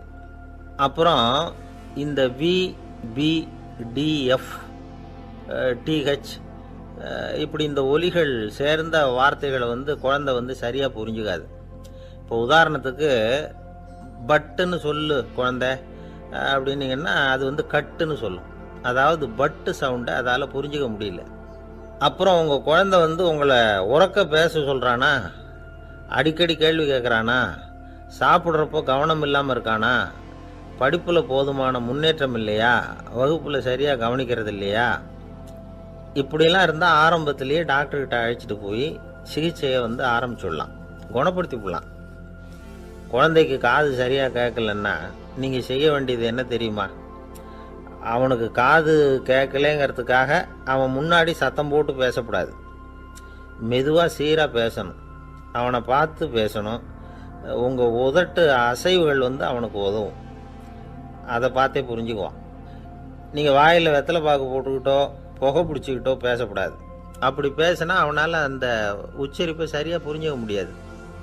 ஒரு வார்த்தையை சொல்கிறீங்க, அவனுக்கு புரியல அப்படின்னா அதே வார்த்தையை மறுபடியும் சொல்லணும். அவனுக்கு நீங்கள் முதல்ல சொன்ன வார்த்தை புரியலேன்னு நினச்சிக்கிட்டு மறுபடியும் திருப்பி சொல்கிறப்போ அதே அர்த்தம் வரக்கூடிய வேறு வார்த்தையை சொல்லக்கூடாது. இப்படிலாம் நடந்துக்கிட்டா அவனுக்கு மன திடத்தை ஏற்படுத்த முடியும். இல்லைன்னா அவனுக்கு தாழ்வு மனப்பான்மை வந்துடும். குழந்தைக்கு காது கோளாறுன்னா ஆரம்பத்திலேயே டாக்டர்கிட்ட அழைச்சிட்டு போனால் போதும், குணப்படுத்தி விடலாம். அப்புறம் பார்த்துக்கலாமே அப்படின்னு அலட்சியமாக இருந்துட்டா தான் கஷ்டம். சில பேர் கோபத்தில் சின்ன பிள்ளைங்க காதை பிடிச்சி திருகிறது உண்டு. இது ரொம்ப தப்பு. காது கையோடு வந்துட்டா என்ன பண்ணுறது? ஒரு வேடிக்கை கதை, அது கதை தான், நிஜமாக நடந்ததில்லை, அது மாதிரி நடக்காது. ஒரு வேடிக்கைக்காக சொல்லப்படுற கதை. அதாவது ஒரு வீட்டில் அப்பா அம்மாவை பார்த்து சொல்லிகிட்டு இருக்கார், இதை பாரு, நாளைக்கு காலையில் என்னை சீக்கிரம் எழுப்பி விட்டுரு, நான் செங்கல்பட்டு வரைக்கும் போயிட்டு வர வேண்டியிருக்கு அப்படின்னாராம். இதை அவங்க பையன் காதில் வாங்கிட்டு இருக்கான். அப்பாவுக்கு சிரமம் வேண்டாமே அப்படின்னு நினச்சி அவனே காலையில் யாருக்கும் தெரியாமல் எழுந்திரிச்சு புறப்பட்டு செங்கல்பட்டுக்கு போட்டான். சாயந்தரமாக திரும்பி வந்தான்.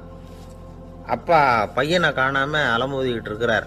சாயந்தரமாக பையனை பார்த்ததும் எங்கடா போயிட்டு வந்தேன்னு கேட்டார் கோவமா. செங்கல்பட்டுக்கு போயிட்டு வந்தேப்பா, நீ வீணா அலைய வேண்டாமேன்னு அப்படின்னா. எதுக்கடா போனேன்னு அதட்டினார். அதான்ப்பா, நீ நேற்று அம்மா கிட்ட சொல்லிக்கிட்டு இருந்த, அதை காதில் வாங்கினேன், உனக்காக நான் போயிட்டு வந்தேன் அப்படின்னா. உடனே எந்த காதில் வாங்கினேன் அப்படின்னு சொல்லி காதை பிடிச்சி திருகுனார். அந்த காது கையோடு வந்துட்டுது. இது நடந்து கொஞ்ச நாள் கழித்து அந்த அப்பாவும் பையனும் கடத்தெருவில் போயிட்டு இருக்கிறாங்க. எதிரில் ஒரு நாய் ஓடி வந்தது. அதுக்கு 2 காதும் இல்லை. என்ன இது, இந்த நாய்க்குட்டிக்கு 2 காதும் இல்லை அப்படின்னார் அப்பா. அதுக்கு பையன் சொல்கிறான், அப்பா அது 2 தடவை செங்கல்பட்டுக்கு போயிட்டு வந்துருவோம் அப்படின்னானா. ஒரே ஒரு ஊரில் ஒரு அம்மா இருந்தாங்க.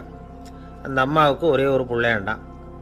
அவனுக்கு ரொம்ப அக்கறையோடு கல்யாணம் பண்ணி வச்சாங்க. கல்யாணம் முடிஞ்சதும் மருமக பொண்ணு வீட்டுக்கு வந்து சேர்ந்தது. அப்பாடா என் கடமை முடிஞ்சது, இனிமே அக்கடான்னு எங்கேயாவது ஒரு மூலையில் படுத்து கிடக்கலாம் அப்படின்னு நினச்சாங்க அந்த அம்மா. ஆனால் நினைக்கிறபடி எங்கே நடக்குது? அதுக்கப்புறம் தான் பிரச்சனையே ஆரம்பமாச்சு. மருமகள் குணம் சரியில்லை, ஒரு மாதிரி. அந்த பொண்ணு வீட்டுக்கு வந்ததுமே முதல் வேலையாக மாமியாரை பார்த்து, அதுதான் நான் வந்துட்டேன்ல, இனிமேல் உங்களுக்கு என்ன வேலைங்க, புறப்பட வேண்டியது தானே, காசி ராமேஸ்வரம்னு எங்கேயாவது போங்க அப்படின்னுட்டு தான். மாமியாரை பார்த்தாங்க, கொஞ்சம் யோசனை பண்ணாங்க. இந்த பாருமா, நீ இப்படி சொல்கிறதுக்கு முன்னாடியே வீட்டை விட்டு புறப்படணுங்கிற முடிவுக்கு நான் வந்துட்டேன். வீட்டை மட்டும் இல்லை, இந்த உலகத்தை விட்டே கூட போகிறதுக்கு தயாராக இருக்கிறேன். ஆனால் ஒரே ஒரு விஷயத்துக்காக என் உயிரை கையில் பிடிச்சிக்கிட்டு இருக்கிறேன் அப்படின்னாங்களாம். என்ன விஷயம்னு கேட்டது இந்த மருமக பொண்ணு. வேற ஒன்றும் இல்லை, என் பிள்ளைக்கு கல்யாணம் பண்ணி வச்சுட்டேன். ஒரு பேர புள்ள பிறந்து அதை என் கண்ணால் பார்த்துட்டேன்னா நான் எங்கே வேணும்னாலும் போகிறதுக்கு தயாராக இருக்கிறேன் அப்படின்னாங்களாம் அந்த மாமியார். மாமியார் இப்படி சொல்கிறதுலேயே நியாயம் இருக்கிறதாக பட்டுது அந்த பொண்ணுக்கு. சரி, அப்படியே இருந்து பார்த்துட்டு போகலாம் அப்படின்னு அனுமதி கொடுத்தது. கொஞ்ச காலத்தில் ஒரு பேரன் பிறந்தான்.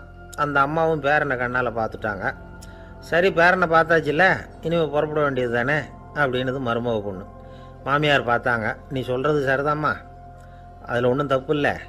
என்னோட பேரன் உங்களை அம்மா அப்பான்னு கூப்பிடுறத என் காது குளிர கேட்டுட்டு போயிடுறேனே அப்படின்னாங்களாம். சரி, அந்த ஆசையை நிறைவேறட்டும் அப்படின்னு காத்துக்கிட்டு இருந்தாங்க. பேரன் வளர்ந்தான், நடந்தான், பள்ளிக்கூடம் போனால் பெரியவனானான். மருமக பொண்ணு மறுபடியும் மாமியாரை விரட்ட ஆரம்பிச்சுட்டுது, இன்னும் புறப்பில்லையான்னு. இதை பாருமா, இது வரைக்கும் இருந்துட்டேன். பேரனோட கல்யாணத்தையும் கண்ணால் பார்த்தா தான் இந்த கட்டை வேகும் போல் இருக்குது அப்படின்னு சொல்லி ஒரு மாதிரியாக பேச ஆரம்பித்தாங்க. இதுவும் நியாயமான ஆசையாக தான் படுது அப்படின்னு அது யோசிச்சிருக்கு அந்த பொண்ணு. சரின்னு அதுக்கும் ஒத்துக்கிட்டது. உடனே பேரனுடைய கல்யாணமும் முடிஞ்சது ஒரு வழியாக. இனிமே ஒரு நொடி கூட இங்கே இருக்கக்கூடாது, புறப்படுங்க அப்படின்னு மாமியாரை விரட்டிச்சான் அந்த பொண்ணு. இப்போ அந்த மாமியார் தன்னோட மருமகளை பார்த்து சொல்கிறாங்க, இதோ கிளம்பிட்டேம்மா, என் மூட்டை முடிச்செல்லாம் கட்டிக்கிட்டேன், புறப்பட்டுவிட்டேன். அப்படியே நீயும் உன் துணிமணிகளை மூட்டை கட்டிக்கிட்டு கிளம்பிடும், என்னோட சேர்ந்து 2 பேருமா சேர்ந்து போயிடலாம் அப்படின்னாங்களாம். அந்த பொண்ணு முழிக்குது. முழிக்காதே, உனக்கும் ஒரு மருமக வந்துட்டா, இனிமேல் நீயும் ஒரு மாமியார் தானே, உனக்கும் இனிமேல் இங்கே வேலை இல்லை, புறப்படு அப்படின்னாங்களாம். அப்போ தான் அந்த பொண்ணு சிந்திக்க ஆரம்பிச்சு தான், தன்னோட தவறு புரிஞ்சுதான். இந்த தகவலை கேட்டுக்கிட்டு இருக்கிற மருமகள்லாம் இதை பற்றி கொஞ்சம் யோசித்து பார்க்கணுங்கிறதுக்காகத்தான் இதை சொல்கிறோம் மாமியார்கள் சார்பாக. கொஞ்ச நாளைக்கு முன்னாடி ஒரு பொண்ணை பார்த்து பேசுகிற சந்தர்ப்பம் கிடைச்சிது ஒரு கல்யாண வீட்டில். அந்த பொண்ணு சொல்லிச்சு, சார் எனக்கு கல்யாணம் ஆகி 15 வருஷம் ஆகுது, நான் மாமியார்கிட்ட சண்டை போட்டதே இல்லை அப்படின்னு ரொம்ப அடக்கமாக சொல்லிச்சு. அது எப்படிம்மா சாத்தியமாச்சுன்னு கேட்டோம். எனக்கு கல்யாணம் ஆகி 15 வருஷம்தான் ஆச்சு, ஆனால் என் மாமியார் செத்து போய் 20 வருஷத்துக்கு மேலே ஆயிட்டுது அப்படின்னுது. லோகமானிய பாலகங்காதர திலகர் இருந்தார்ல, அவருக்கு 15 வயசுலேயே கல்யாணம் நடந்துதான். மனைவி பேர் தபிபாய், ரொம்ப பெரிய குடும்பத்து பொண்ணு, நல்ல குணம். அவங்க குடும்பம் நடத்திக்கிட்டு இருக்கிறாங்க. அந்த காலத்தில் திருடர்கள் பயம் அதிகம். இந்த காலத்தில் மட்டும் என்னன்னு கேட்குறீங்களா? நீங்கள் கேட்குறது நியாயம்தான். இருந்தாலும் இந்த காலத்து திருடனுக்கும் அந்த காலத்து திருடனுக்கும் ஒரு முக்கியமான வித்தியாசம் உண்டு. அதாவது அந்த காலத்து திருடன்லாம் நியாயம் அநியாயம் பார்க்குறது உண்டு, இந்த காலத்தில் அப்படி பார்க்குறது இல்லை. அந்த காலத்தில் திருட வர்றவங்கள்ட்ட கூட ஒரு தார்மீக உணர்வு உண்டாம். அதாவது அப்போ உள்ள கொள்ளைக்காரங்க எதை களவாடினாலும் சரி, அரிசியை மட்டும் களவாடுறது இல்லையா, அப்படி ஒரு கொள்கை. அதனால் பாருங்கள், அந்த காலத்து பெண்கள் நகை நட்டுகளை பத்திரமா வைக்கணும்னா பெட்டியில் வைக்கிறது இல்லை, அரிசி பானையில் போட்டு வச்சு விடுறது. இப்போல்லாம் பேங்க்கில் சேஃப்டி லாக்கர்னு இருக்குல்ல, அது மாதிரி அந்த காலத்தில் சேஃப்டி லாக்கருங்கிறது அரிசி பானை. இந்த வளையல், மூக்குத்தி, தோடு இப்படி எதுவாக இருந்தாலும் அதில் போட்டு பத்திரமா வச்சுருவாங்க. திருடன் அரிசி பானை பக்கம் போகிறதில்ல. ஏன்னா சாப்பிட்ற விஷயத்தில் கை வைக்கக்கூடாது, அது பாவம் அப்படின்னு அவன் நினைக்கிறான். திலகரோட மனைவி தபிபாயும் அதே மாதிரி தன்னுடைய ஆபரணங்களை ஒரு அரிசி பானைக்குள்ளே போட்டு மூடி வச்சுருந்தாங்களாம். இப்படி இருந்தப்போ ஒரு நாள் ஒரு பிச்சைக்கார பொண்ணு வீடு வீடாக பிச்சை கேட்டுக்கிட்டே வந்திருக்குது. திலகர் வீட்டுக்கும் தர்மம் போடுங்க தாயே அப்படின்னு தான் அந்த பொண்ணு. அந்த அம்மா தபிபாய் காதில் இது விழுந்திருக்கு. உடனே கை நிறைய அரிசி அள்ளிக்கிட்டு போட்டிருக்கு. பாத்திரத்தில் அரிசியை போட்டதுக்கு அப்புறம் தான் தெரியுது, பளிச்சுன்னு கண்ணில் படுது. அதாவது அந்த அம்மாவோட வைர மூக்குத்தி ஒன்று அரிசியோடு சேர்ந்து அந்த பிச்சைக்கார பொண்ணு பாத்திரத்தில் போய் விழுந்துட்டுது. இந்த அம்மாவுக்கு மனசுக்குள்ளே குழப்பம், என்ன இப்படி ஆயிட்டுதே, மூக்குத்தி போயிட்டுதே, பிச்சை பாத்திரத்திலேருந்து அதை எப்படி எடுக்கிறது அப்படின்னு தயக்கம், வாயை திறந்து அதை கேட்கறதுக்கும் கூச்சம். திண்ணையில் உட்காந்துருந்த திலகர் இவ்வளவையும் பார்த்துக்கிட்டு இருக்கிறார். மனைவியின் மனசுக்குள்ள நடக்கிற மௌன போராட்டத்தை அவர் நல்லா புரிஞ்சுக்கிட்டாராம். மனைவியை பார்த்து சொன்னாராம், தபீபாய், இது தெய்வ சம்மதம். அவளுக்கு சேர வேண்டிய மூக்குத்தி அவகிட்ட போயிட்டுது. பிச்சை பாத்திரத்தில் விழுந்த மூக்குத்தியை எடுக்க வேணாம் அப்படின்னாராம். சரின்னு சொல்லிவிட்டு மேற்கொண்டு எதுவும் சொல்லாமல் அந்த அம்மா வீட்டுக்குள்ளே போயிட்டாங்களாம். இந்த காலத்துலலாம் அது மாதிரி நடக்குமா? வெறும் அரிசியை போட்டுட்டு விவகாரம் பண்ணிட்டு இருக்க மாட்டோமா? ஒரு பெரிய மனுஷன் வீட்டுக்கு ஒரு பிச்சைக்காரன் வந்தான். ஐயா, நாங்கள் பிச்சைக்காரங்கள்லாம் சேர்ந்து ஒரு சங்கம் வச்சுருக்குறோம், அதுக்கு நிதி சேர்க்குறோம், அதுக்கு ஒரு 100 ரூபா கொடுத்தீங்கன்னா எங்களுக்கு பெரிய உதவியாக இருக்கும் அப்படின்னானா. அதெல்லாம் ஒன்றும் கொடுக்க முடியாது போ அப்படின்னாரான் அவர். அப்படின்னா ஒரு 50 ரூபாயாவது கொடுங்களேன் அப்படின்ட்டுருக்கான். அதுவும் முடியாதுன்னு சொல்லிவிட்டார்.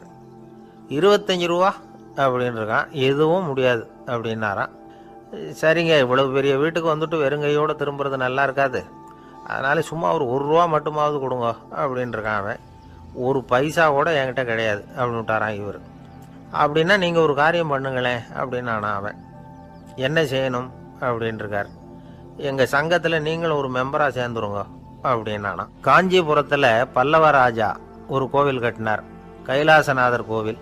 அதுக்கு கும்பாபிஷேகம் பண்ணுறதுக்கு ஒரு நாள் குறிப்பிட்டு அதுக்கு வேண்டிய ஏற்பாடுகள்லாம் பண்ணினார். முதல் காரியமாக கடவுளை வேண்டிக்கிட்டார், நீங்கள் இந்த கும்பாபிஷேகத்துக்கு நேரில் வந்து கலந்துக்கணும்னார். கடவுள் அந்த ராஜா கனவுல வந்தார். நீ கும்பாபிஷேகம் வச்சிருக்கிற அதே நாளில் அதே நேரத்தில் எனக்கு இன்னொரு ஊரில் ஒரு கும்பாபிஷேகம் இருக்குது, அதுக்கு போக வேண்டியிருக்கு.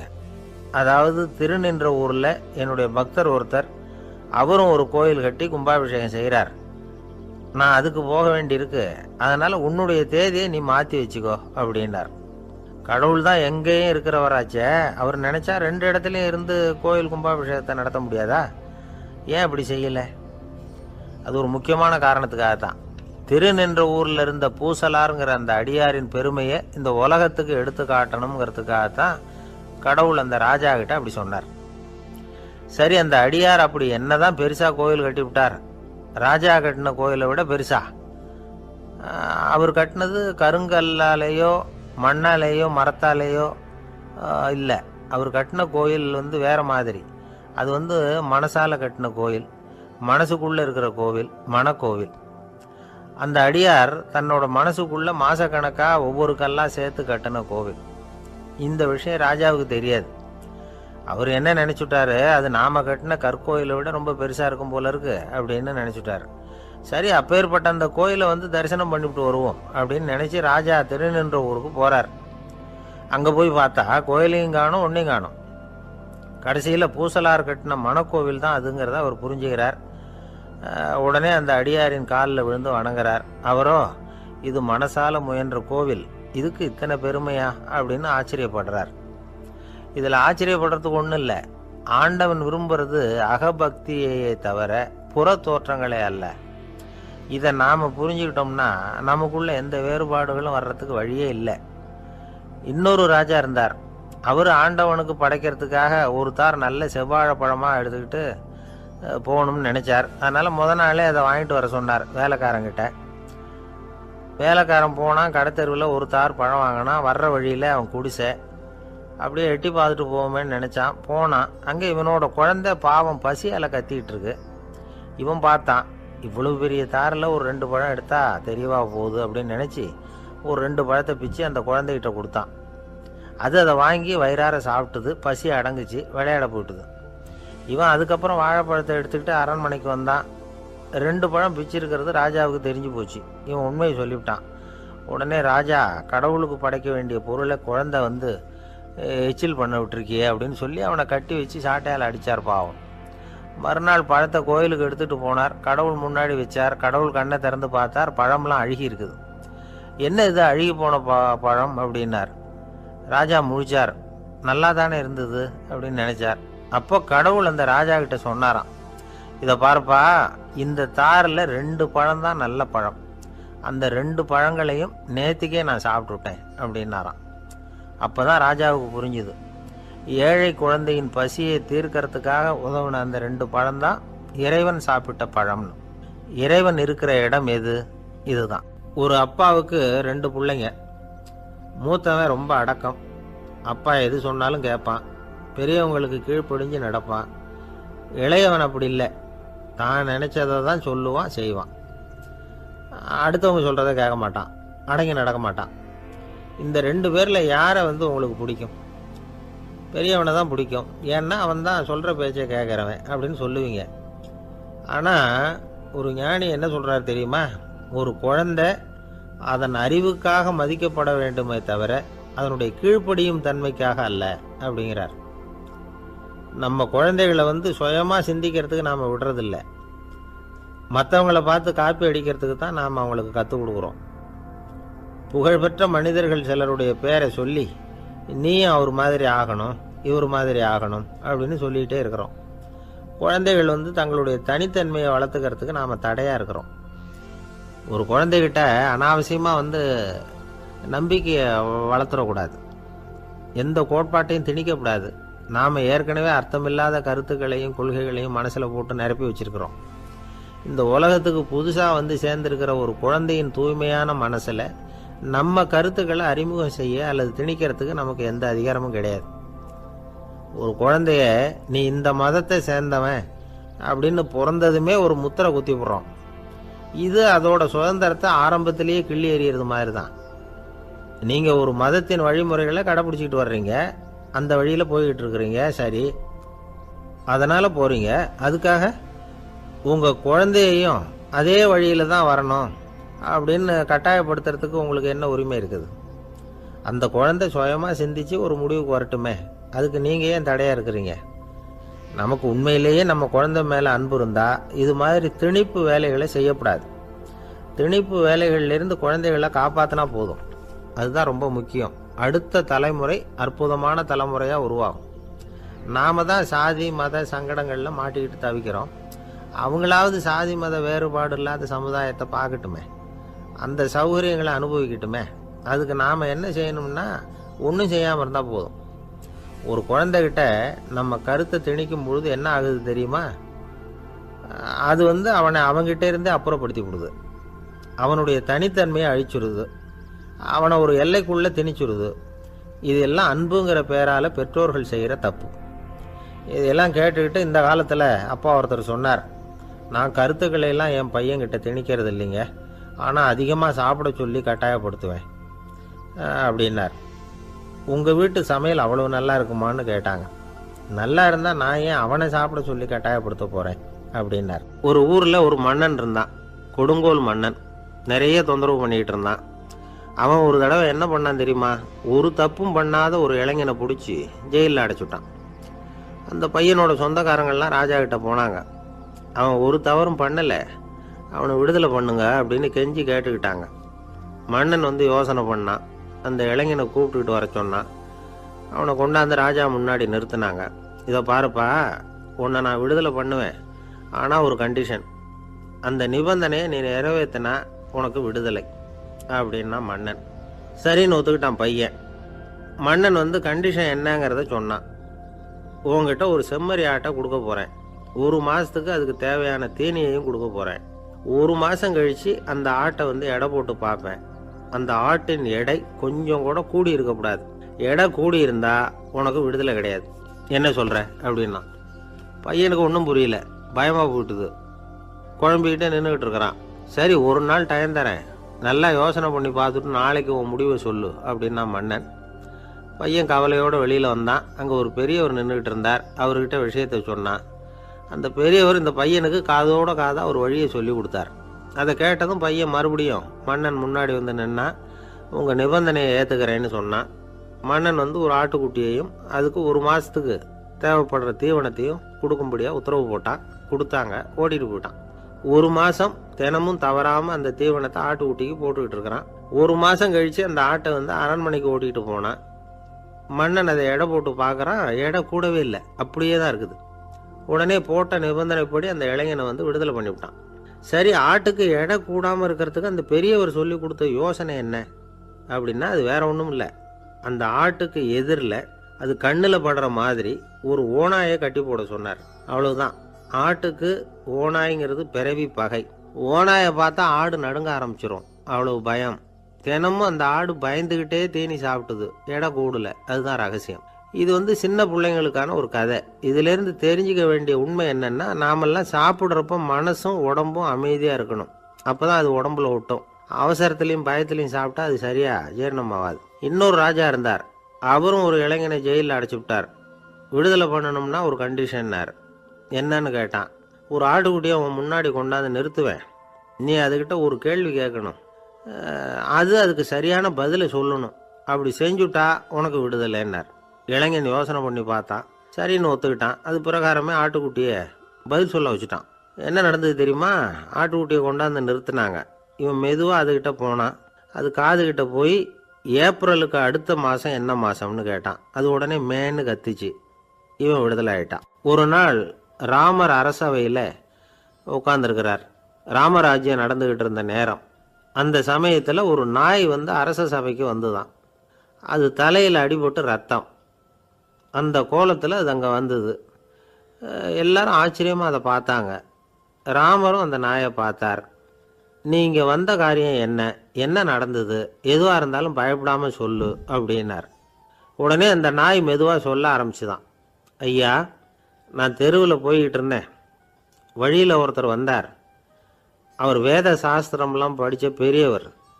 அவர் எந்த காரணமும் இல்லாமல் அவர் கையில் வச்சுருந்த குச்சியால் என் தலையில் அடிச்சுட்டார். அதுதான் தலையில் ரத்தம்.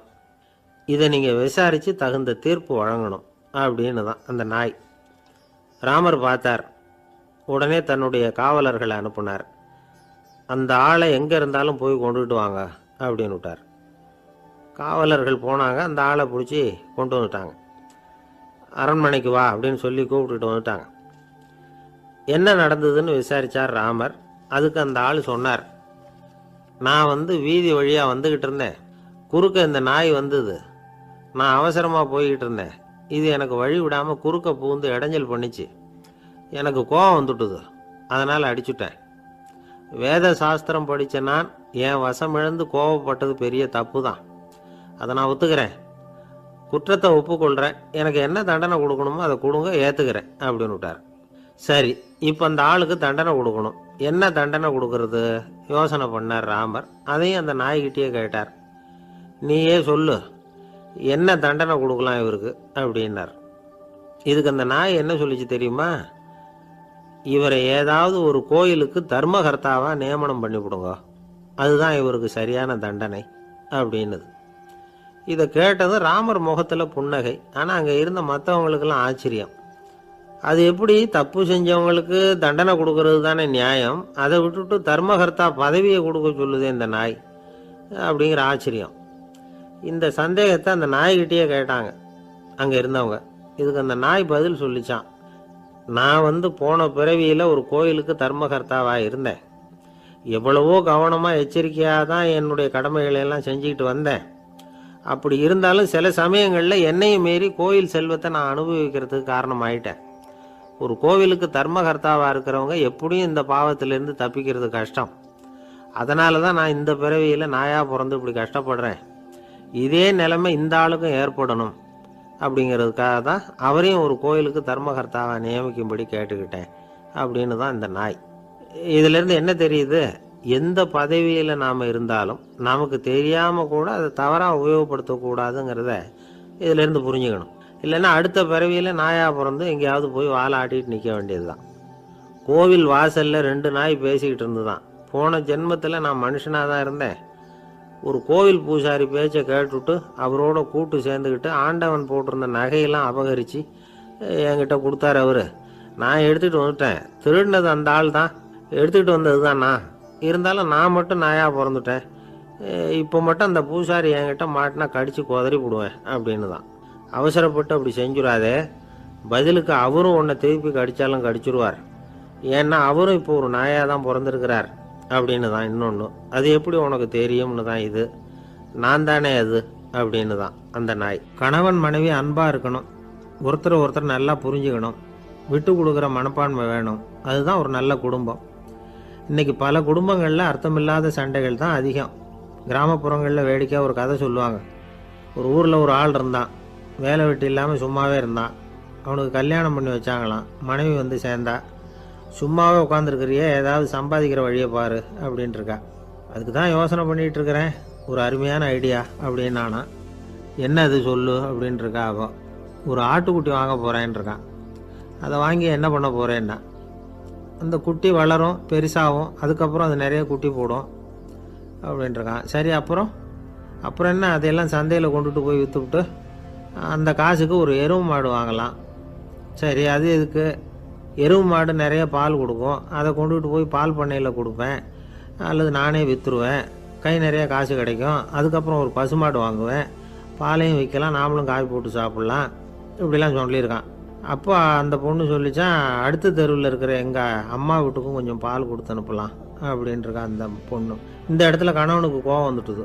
அது எப்படி உங்கள் அம்மா வீட்டுக்கு எதுக்கு கொடுக்கணும், அதெல்லாம் முடியாதுன்றிருக்கான். இந்த இடத்துல சண்டை ஆரம்பமாயிட்டுது. கொஞ்ச நேரத்தில் 2 பேரும் சத்தம் போட ஆரம்பிச்சிட்டாங்க. கடுமையான சண்டை நடக்கிறத பக்கத்து வீட்டுக்காரன் காதில் வாங்கினான். அவன் ஓடியாந்தான். அவனுக்கு தெரியும், வாங்காத மாட்டுக்காக இப்படி சண்டை போட்டுக்கிட்டு இருக்கிறாங்கங்கிறது அவனுக்கு புரியும். அவன் ஓடி வந்து சொன்னான், ஏண்டா உன்னோட பசுமாட்டை ஒழுங்காக கட்டி போடக்கூடாதான்ருக்கான். என்னடா சொல்கிறேன்னா இவன், உன் மாடு என் தோட்டத்தில் வந்து மேய்ஞ்சுட்டுது, பயிரெலாம் நாசமாயிட்டுது, 10,000 ரூபா அளவுக்கு சேதம், அதை வாங்கிட்டு போகிறதுக்கு தான் வந்தேன், குடுறா 10,000 நானா. இவன் அரண்டு போயிட்டான். அப்புறம் சொன்னான், டே நான் இன்னும் மாடே வாங்கலையே, அதுக்குள்ளே அது வந்து எப்படிடா உன் தோட்டத்தில் மேயும், என்னடா உளர்றேன்ருக்கான். நீ தாண்டா இப்போ உளறிக்கிட்டு இருக்க, மாடே வாங்கலை, அதுக்குள்ளே எப்படிடா வந்து உன்னுடைய மனைவி அவங்க அம்மா வீட்டுக்கு பால் கொடுத்து அனுப்ப முடியும் அப்படின்னு அவன் கேட்டானா. நம்மளுக்கு இப்போ தான் புத்தி வந்துதான். அர்த்தமே இல்லாத சண்டை போட்டுக்கிட்டு இருக்கிறோம் அப்படிங்கிறத அவன் புரிஞ்சுக்கிட்டானான். இது நம்ம முன்னோர்கள் சொல்லியிருக்கிற ஒரு கதை. சண்டையில் தான் அர்த்தம் இல்லையே தவிர கதையில் அர்த்தம் உண்டு. அதாவது இல்லாத விஷயங்களுக்காக சண்டை போட்டுக்கிட்டு இல்லறத்தை வீணாக்கிக்கிட்டு இருக்கிற மனிதர்கள் இன்றைக்கு நிறைய பேர் இருக்கிறாங்க. ஒருத்தன் தன்னுடைய மனைவியை பற்றி மாமனார்கிட்ட புகார் சொன்னானா, மாமா உங்கள் பொண்ணு அர்த்தமில்லாத சண்டை போடுறா, எதுக்கு எடுத்தாலும் எடுத்தெறிஞ்சு பேசுகிறா அப்படின்ட்டுருக்கான். நீ எப்படி மாப்பிள்ளை அதை சமாளிக்கிற அப்படின்னு கேட்டிருக்காரு அவர். அவள் எடுத்தெறியறது என் மேலே படாமல் ஒதுங்கி நின்றுக்கிறேன் அப்படின்னு நானா இவன். ஒரு சிகை அலங்கார கூடம், ரொம்ப சுறுசுறுப்பாக எல்லாரும் வேலை செஞ்சுக்கிட்டு இருக்கிறாங்க. முடிவெட்டிக்க வந்திருக்கிறவங்க நிறைய பேர், எல்லாரும் வரிசையாக உட்காந்துருக்குறாங்க. அந்த சமயத்தில் திடீர்னு கதவை திறந்துக்கிட்டு ஒருத்தர் உள்ளே வர்றார். அவர் ஒரு பெரிய மனிதர். அவரும் முடிவெட்டிக்கிறதுக்காக தான் உள்ளே வந்திருக்கிறார். அவரை பார்த்த உடனே அங்கே வரிசையில் உட்காந்துருந்தவங்க எல்லாரும் எழுந்திரிச்சு அவர்கிட்ட வந்துட்டாங்க. அவரை சுற்றி நின்றுக்கிட்டாங்க. எப்படி இருக்கிறீங்க, நல்லா இருக்கீங்களா அப்படின்னு விசாரிக்க ஆரம்பிச்சிட்டாங்க. எல்லாம் முடிஞ்சதும் வந்தவர் கேட்டார், வரிசையில் கடைசியாக இருக்கிறவர் யார் அப்படின்னு கேட்டார். ஏன்னு கேட்டாங்க. நான் அதுக்கு அடுத்தபடியாக உட்காரணும், அதுக்காக தான் கேட்குறேன் அப்படின்னார். உடனே அங்கே இருந்தவங்கள்லாம் என்ன சொன்னாங்க தெரியுமா, நீங்கள் வந்து வரிசையில் காத்திருக்கக்கூடாது, நீங்கள் அரசாங்கத்தின் தலைவர், உங்களுக்கு நேரம் முக்கியம், அதனால் நீங்கள் முன்னாடி போங்க அப்படின்னு சொன்னாங்க. ஆனால் அதை அவர் கேட்கல. தோழர்களே, உங்களுடைய கருத்துக்கு ரொம்ப நன்றி, எல்லாரும் வரிசையாக தான் வரணும், அதுதான் முறை, வரிசையில் வரணுங்கிற நடைமுறையை நானும் பின்பற்ற விரும்புகிறேன், நாம் எல்லாரும் சமமானவர்கள் அப்படின்னார். இப்படி சொல்லிவிட்டு வரிசையில் கடைசியாக இருந்த ஒரு நாற்காலியில் போய் உட்காந்துக்கிட்டார். தன் சட்டை பையில் இருந்த ஒரு செய்தித்தாளை எடுத்தார், படிக்க ஆரம்பிச்சிட்டார். ஆனால் அங்கே இருந்தவங்களால இதை வந்து பார்த்துக்கிட்டு சும்மா இருக்க முடியல. ஒருத்தர் எழுந்திரிச்சு வந்தார். ஐயா, இப்போ என்னுடைய முறை வந்திருக்குது, நான் தான் போக வேண்டிய முறை, உங்களை இங்கே காத்திருக்க வைக்கிறத விட ஒரு 5 ஆண்டுகளுக்கு கூட நான் வந்து முடிவெட்டிக்காமே இருந்துட முடியும் அப்படின்னார். அவர் மறுபடியும் சொன்னார், ஐயா நீங்கள் வந்து வரிசை முறையை தாண்டி போக விருப்பப்படல, சரி, ஆனால் என்னுடைய முறையை வந்து மாற்றி கொடுக்கறதுக்கு எனக்கு வந்து முழு உரிமை இருக்குது, இதுக்கு பதிலாக உங்களுடைய கடைசி இடத்த நான் எடுத்துக்கிறேன், இதை நீங்கள் மறுக்க முடியாதுன்னார். அங்கே இருந்த மற்றவங்களும் இதை ஒரு மனசாக வற்புறுத்த ஆரம்பிச்சிட்டாங்க. அந்த பெரிய மனிதர் பார்த்தார், சரின்னு கடைசியாக ஒத்துக்கிட்டார். அவர் யார் தெரியுமா, அவர் தான் மாவீரர் லெனின். ரஷ்யாவில் கிரெம்ளின் சிகை அலங்கார கூடத்தில் தான் இது நடந்தது. எல்லாரும் இந்நாட்டு மன்னர்கள்னு வாயளவில் பேசுகிறதுல என்ன பிரயோஜனம், நாம் எல்லாரும் சமங்கிறத நடைமுறையில் கடைப்பிடிச்சி காட்டினவங்க கொஞ்சம் பேர் தான். அவங்களில் ஒருத்தர் தான் லெனின். வரிசையில் நின்று வர்றதுங்கிறது ஒரு சிறந்த பண்பு, உயர்ந்த பண்பு. இன்றைக்கி பல இடங்களில் அது நமக்கு தேவைப்படுது. ஒரு ரேஷன் கடைவாசல், கடை திறக்கிறதுக்கு முன்னாடியே எல்லோரும் வந்து வரிசையில் நின்றுட்டாங்க. கடைசியாக வந்த ஒருத்தர் க்யூவில் முன்னாடி போகிறதுக்கு முயற்சி பண்ணுறார். ஏற்கனவே நின்றுட்டு இருக்கிறவங்க அவரை முன்னாடி போகிறதுக்கு விட மாட்டேங்கிறாங்க. கடைசியாக போய் நில்லையா அப்படின்னு எல்லோரும் கத்துறாங்க. அது அவர் காதில் வாங்கலை. முண்டி அடிச்சுக்கிட்டு முன்னாடி போகிறதுக்கே முயற்சி பண்ணிகிட்டு இருக்கிறார். எல்லாரும் சேர்ந்து அவரை வலுக்கட்டாயமாக இழுத்து கொண்டாந்து பின்னாடி கொண்டு போய் நிறுத்திவிட்டாங்க. நிறுத்திவிட்டு சொன்னாங்க, இதை பாருப்பா, நாங்கள் இருக்கிற வரைக்கும் நீங்கள் முன்னாடி போய் எதையும் வாங்க முடியாது, தெரிஞ்சுக்கோ அப்படின்னாங்க. இப்போ அந்த ஆள் சொன்னாராம், நான் இங்கே பின்னாடி நிற்கிற வரைக்கும் நீங்களும் எதுவும் வாங்க முடியாது அப்படின்னாராம். ஏன்னு கேட்டிருக்கிறாங்க. நான் தான் அந்த கடையை திறக்க வேண்டிய ஆள் அப்படின்னா.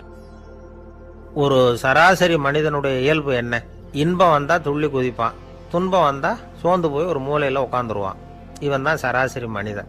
ஆனால் ஒருத்தன் இன்பம் வந்தால் அதுக்காக மகிழ்ச்சி அடையிறதில்ல, துன்பம் வந்தால் அதுக்காக சோர்ந்து போகிறதில்ல அப்படின்னு வச்சுக்கோங்க. அப்படி இருந்தால் அவன் சாதாரண ஆள் கிடையாது. ஒரு ஊரில் ஒரு ஞானி இருந்தார். அவரை தேடிட்டு ஒரு பெரியவர் வந்தார். ஐயா, ஞானத்தில் சிறந்த ஞானம் எது அப்படின்னு கேட்டாராம். இதுக்கு அந்த ஞானி என்ன பதில் சொன்னார் தெரியுமா? இன்பத்தினால மகிழ்ச்சி அடையாமலும் துன்பத்தினால சோர்வு அடையாமலும் இருக்கிறது தான் அந்த ஞானம், பெரிய ஞானம் அப்படின்னாராம். சரி சுவாமி, அப்படிப்பட்ட ஞானம் உங்களுக்கு எப்படி வந்ததுன்னு கேட்டிருக்காரு இவர். அதை நான் ஒரு கழுதைகிட்ட இருந்து கற்றுக்கிட்டேன் அப்படின்னாராம் அவர். இவருக்கு ஒன்றும் புரியல, ஒரு மாதிரியாக முழிச்சிருக்கிறார். இதை அவர் புரிஞ்சுக்கிட்டார். நீங்கள் நாளைக்கு காலையில் நம்முடைய ஆசிரமத்துக்கு வாங்க, புரிய வைக்கிறேன்னாராம். சரின்னு அவர் போயிட்டார். மறுநாள் காலையில் ஆசிரமத்துக்கு வந்து சேர்ந்தார். ஞானி அவரை கூப்பிட்டு உட்கார வச்சார். வாங்க, வந்து இப்படி உட்காருங்க, கொஞ்ச நேரத்தில் இந்த வழியாக ஒரு கழுதை போகும், அதை கவனித்து பாருங்கன்னாராம். இவருக்கு இன்னமும் ஒன்றும் புரியாமல் போச்சு, ஒரே குழப்பம். இருந்தாலும் அந்த ஞானி சொன்னது மாதிரியே உட்காந்துருக்கிறார்.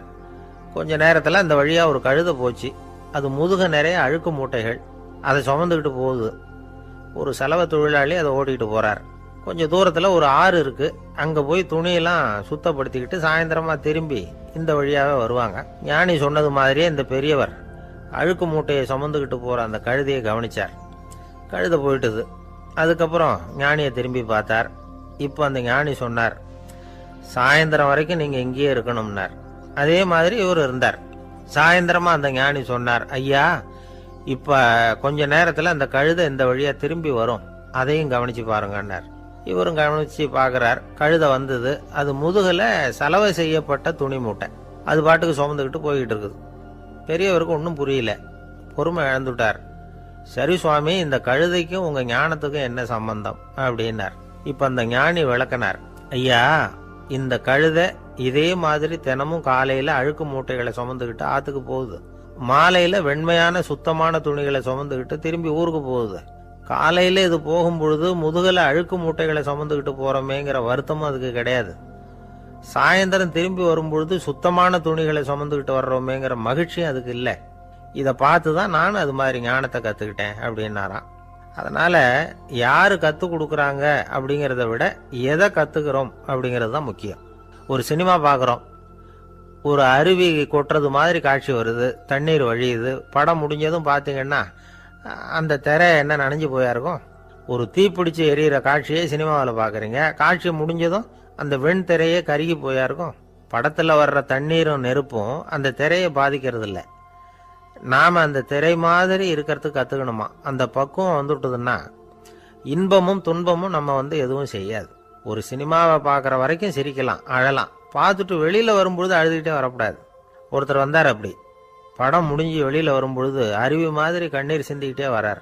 ஏன் சார், படம் அவ்வளவு சோகமா அப்படின்னு கேட்டார். இன்னொருத்தர், இல்லை சார், கூட்டம் ரொம்ப குறைச்சல் சார், மொத்தம் படம் பார்க்க வந்தவங்களே 15 பேர் தான் சார் அப்படின்னார் கண்ணீரை தொடச்சிக்கிட்டே. அதுக்கு நீங்கள் ஏன் சார் அழறீங்கன்னு கேட்டார் அவர். இந்த படத்தோட தயாரிப்பாளரே நான் தான் சார் அப்படின்னாரா இவர். நமக்கு முன்னாடி நமக்கு வேண்டிய ஒருத்தர் ஒரு கிளாஸில் நமக்கு பழச்சாறு கொண்டாந்து வைக்கிறாருன்னு வச்சுக்கோங்க. உடனே நாம் என்ன பண்ணுவோம்? எடுத்து கிடுகிடுன்னு சாப்பிட்ருவோம், அடுத்தவங்க யாரும் வர்றதுக்குள்ள. அதை விட்டுட்டு அதை கொண்டாந்து வச்சவர்கிட்டயே அதோட விலை என்ன அப்படி இப்படின்னு நான் கேட்டுக்கிட்டு இருப்போம். நாம் கேட்க மாட்டோம். ஆனால் காந்திஜி அப்படி கேட்டாராம். எப்போ தெரியுமா? 1935. அந்த வருஷம் மே மாதத்தில் ஒரு நாள் காந்திஜி டெல்லியில் இருக்கிறார். அப்போ அவருக்கு 2 டம்ளர் மாம்பழச்சாறு கொண்டாந்து கொடுக்குறாங்க. அதை வாங்குறார். இதோட விலை என்ன அப்படின்னு கேட்டார் காந்திஜி. யாருக்கிட்ட கேட்டார்னா மனுபென் காந்திகிட்ட கேட்குறார். அவங்க தான் கொண்டாந்து கொடுக்குறாங்க. காந்திஜிக்கு உதவி செய்யறதுக்காக அவர் கூடவே இருந்தவங்க அவங்ககிட்ட தான் கேட்குறாரு. காந்திஜி சும்மா வேடிக்கைக்காக இப்படி கேட்குறாருன்னு நினச்சிட்டாங்க அந்த அம்மா. அதுவும் இல்லாமல் அதோட விலையை கேட்டால் காந்திஜி நிச்சயமாக அதை சாப்பிட மாட்டார் அப்படிங்கிற பயம் வேற.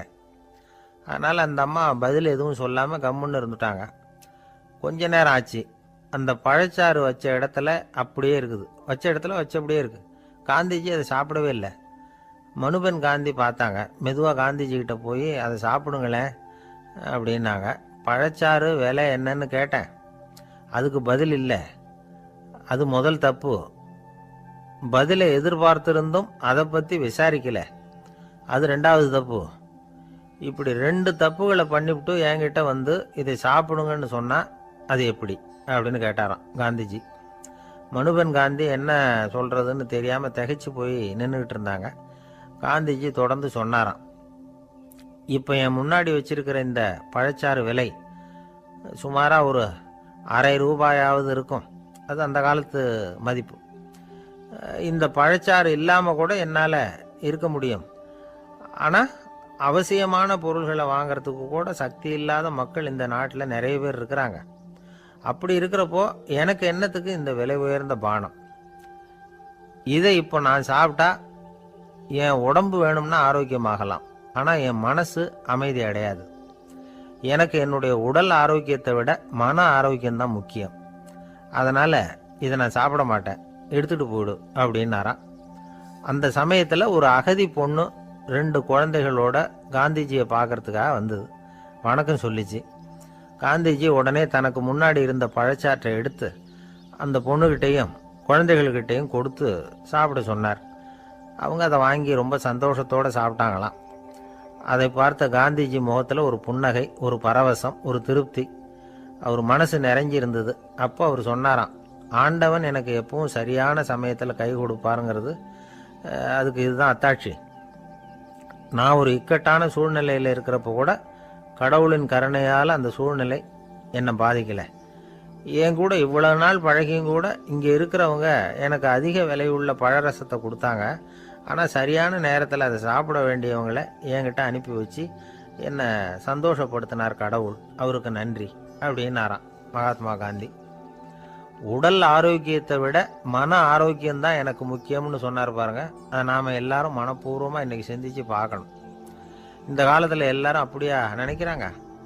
எனக்கு தெரிஞ்ச ஒருத்தர் இருந்தார். தினமும் காலையில் ஒரு காபி சாப்பிட உட்கார்ற நேரத்தில் பக்கத்து வீட்டுக்காரர் வந்து சேருவார் கரெக்டாக.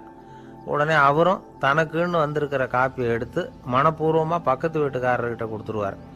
அதுக்கப்புறம் அவருக்காக வேற காப்பி போட்டு கொண்டாந்து கொடுத்தாலும் வேண்டான்னு சொல்லிடுவார்.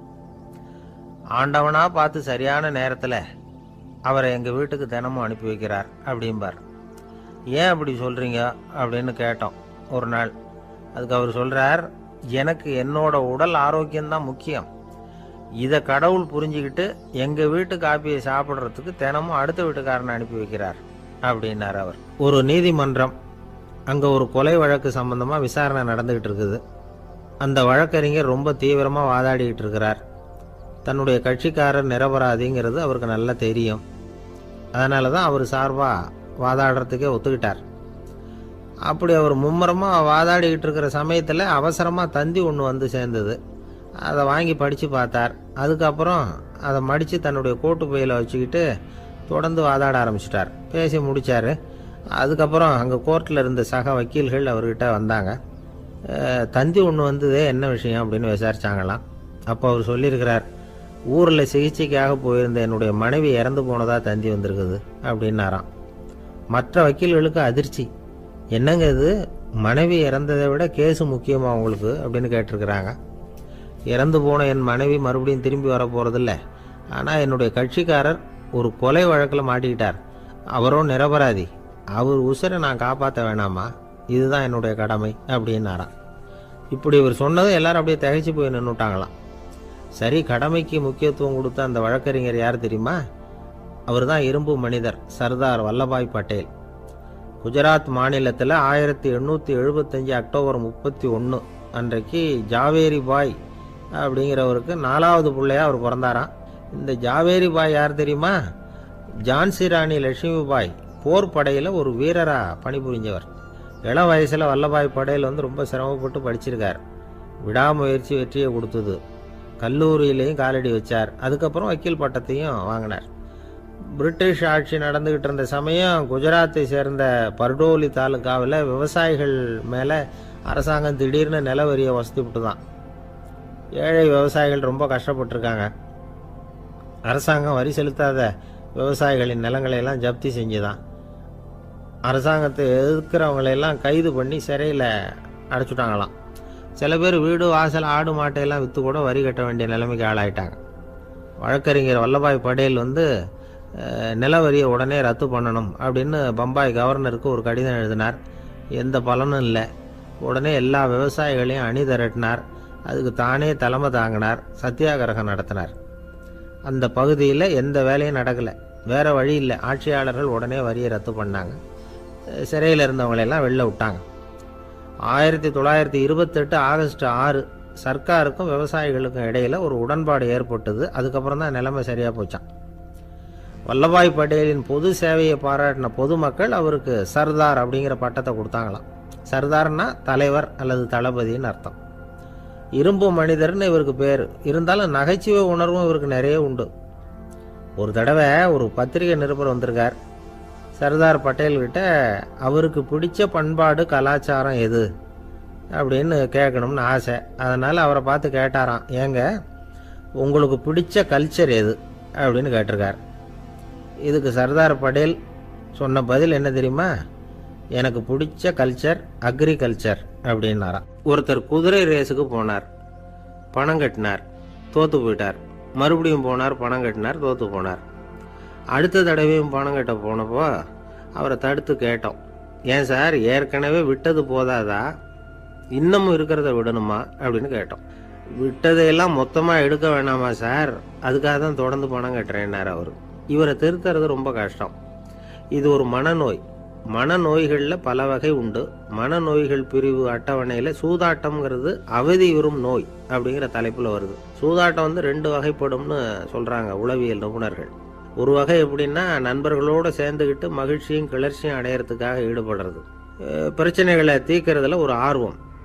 கேளிக்கைக்காக கொஞ்சம் விட்டு பிடிக்கிறது அப்படிங்கிற மனுஷனுடைய அடி மனசில் உள்ள விபரீத பிணைய சுபாவம், இதெல்லாம் அதுக்கு காரணம். இன்னொரு வகை எப்படின்னா, சூதாட்டத்தில் ஈடுபட்டு ஒரு கட்டாய நிலைமைக்கு ஆளாயிடுறது. ஈடுபடு அப்படின்னு மனசு ஒரு வெறித்தன்மையை தூண்டிக்கிட்டே இருக்கும். இப்படிப்பட்டவங்களுக்கு நாம் தோத்துக்கிட்டு இருக்கோங்கிறது தெரியும். நாம் ஜெயிக்கிறதுக்கான சந்தர்ப்பம் இல்லைங்கிறதும் தெரியும். இதனால் நமக்கும் கஷ்டம், நம்ம சுற்றி இருக்கிறவங்களுக்கும் கஷ்டங்கிறதும் புரியும். அப்படி இருந்தும் சூதாடுவாங்க. இதுக்கு காரணம் சூதாடியின் பகற்கனவு அப்படிங்கிறாங்க நிபுணர்கள். இந்த நிலைமைக்கு கட்டாய சூதாட்டம் அல்லது நிர்பந்த சூதாட்டம் அப்படின்னு பேர் வச்சிருக்கிறாங்க. இப்படிப்பட்ட ஆசாமி இருக்கிறது பூரா விட்டுருவான், கடன் வாங்குவான், திருடுவான். இருந்தாலும் என்னைக்காவது ஒரு நாள் ஜெயிச்சிருவேன் அப்படின்னு சொல்லிக்கிட்டே இருப்பான். விட்டதை எடுத்துருவேங்கிற ஒரு நம்பிக்கை சுடர் அவனுக்குள்ளே எரிஞ்சுக்கிட்டே இருக்கும். இவனை மனநோயாளி அப்படின்னு சொல்லிட முடியாதான். என்ன காரணம்னா, இது மாதிரி ஆளுங்க கிட்ட மன போராட்டமோ கவலையோ பதட்டமோ இருக்கிறது இல்லை. சில விசேஷமான குணங்கள் இவங்க கிட்ட உண்டு. எதிர்ப்பு உணர்ச்சி, சிறுபிள்ளைத்தனம், சட்ட திட்டங்களையும் சம்பிரதாயங்களையும் உட தெரியாத மனப்போக்கு, பொறுப்பில்லாத தன்மை, நெறிதவறி நடக்கிறது எல்லாம் இவங்ககிட்ட உண்டு. ஆனால் வெளிப்பார்வைக்கு ரொம்ப சிநேகமாக இருப்பாங்க, அன்பாக இருப்பாங்க. அப்படி இருக்கிறதாக காட்டிக்குவாங்க. ஆதாயம், சுயலாபம் இதெல்லாம் கருதி தான் பழகுவாங்க. இவங்க கேட்குறப்ப நாம் பணம் கொடுக்கலன்னு வச்சுக்கோங்க, நம்மளை கை விட்டுருவாங்க. நம்ம மேலே அவாண்டமாக பழி சுமத்துறது கூட தயங்க மாட்டாங்க. தங்களுடைய சூதாட்ட நடவடிக்கைகளுக்கு சாதகமான காரணங்களை சொல்லிகிட்டு இருப்பாங்க. நீ வேணும்னா பாரு, ஒரே நாளில் நான் இழந்ததையெல்லாம் மீட்டு லட்சாதிபதி ஆறேன்னா இல்லையா பாரு அப்படிம்பாங்க.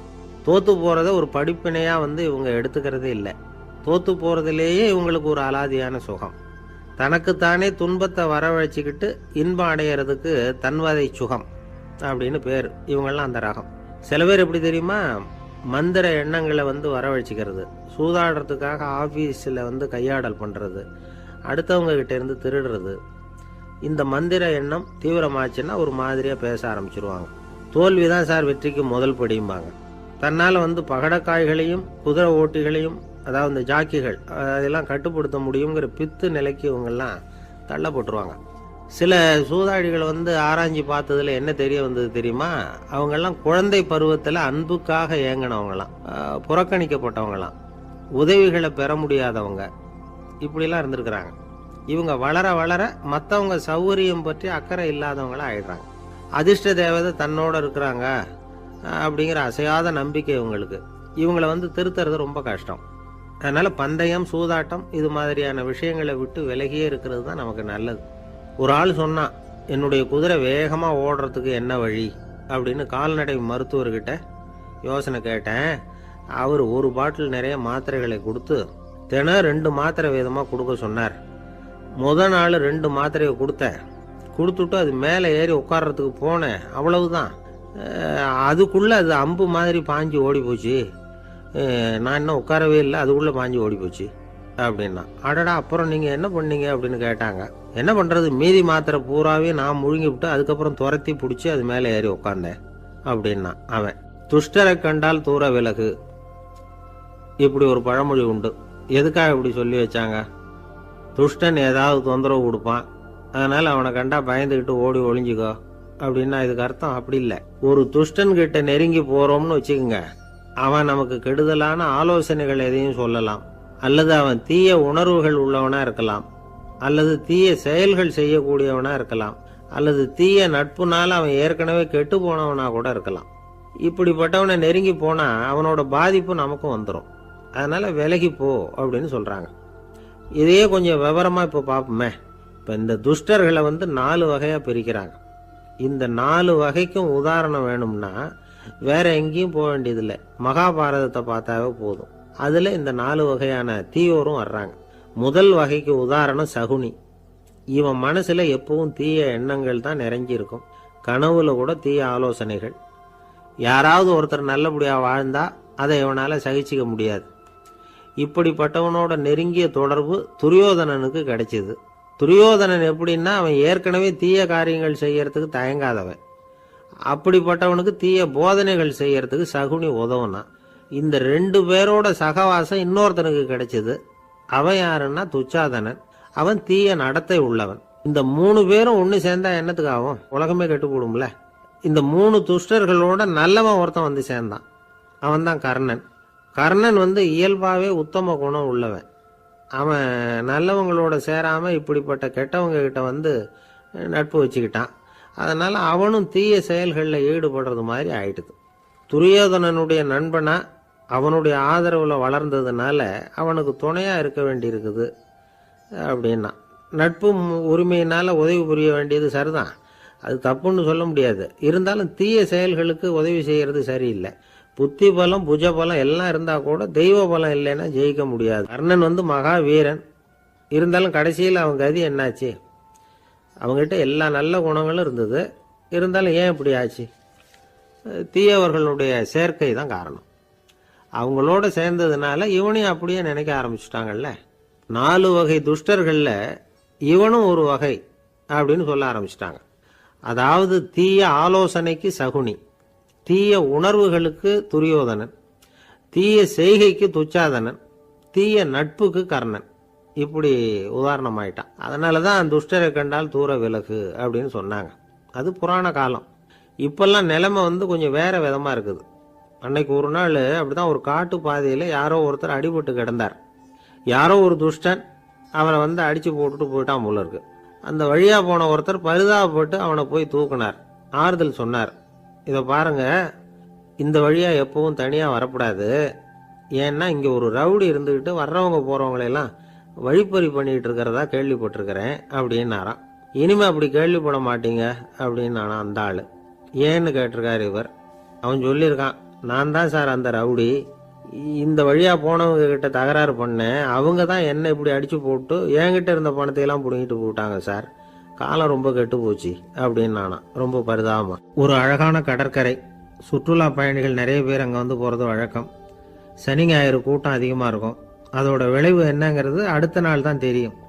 ஆமாம், அந்த கடற்கரையை சுத்தப்படுத்துகிற தொழிலாளிகள் திங்கட்கிழமை ரொம்ப சிரமப்படுவாங்க. சனி ஞாயிறு வந்த கூட்டம் கடற்கரை பூராவும் காலி ஐஸ்கிரீம் கப்புகளை வீசி எறிஞ்சிட்டு போயிருக்கும். ஆயிரக்கணக்கான கப்புகள் அங்கே பரவலாக கிடக்கும். அதையெல்லாம் பொறுக்கி எடுத்து சுத்தம் பண்ணி ஆகணும். இதனால திங்கட்கிழமை வேலைக்கு வர்றதுக்கு எல்லாரும் பயப்படுவாங்க. அப்படி ஒரு நிலைமை. பல பேர் அன்னைக்கு லீவ் எடுத்துகிட்டு போயிடுறது வழக்கம். நமக்கு எதுக்கு இன்னைக்கு தொந்தரவுன்னு. இது ஒரு பெரிய பிரச்சனையாக இருந்தது. இதுக்கு என்ன பண்ணலாம் அப்படின்னு யோசனை பண்ணாங்க. ஒரு ஆலோசனை கூட்டத்துக்கு ஏற்பாடு பண்ணாங்களாம். அந்த நகர நிர்வாக அலுவலர்கள், பணியாளர்கள் எல்லாரும் அதில் கலந்துக்கிட்டாங்க. கூட்டம் ஆரம்பமாச்சு. ஆரம்பத்தில் சொன்னாங்க, இந்த பிரச்சனைக்கு ஒரு தீர்வு வேணும், என்ன பண்ணலாம், அதை முடிவு செய்கிறதுக்கு தான் இந்த கூட்டம்.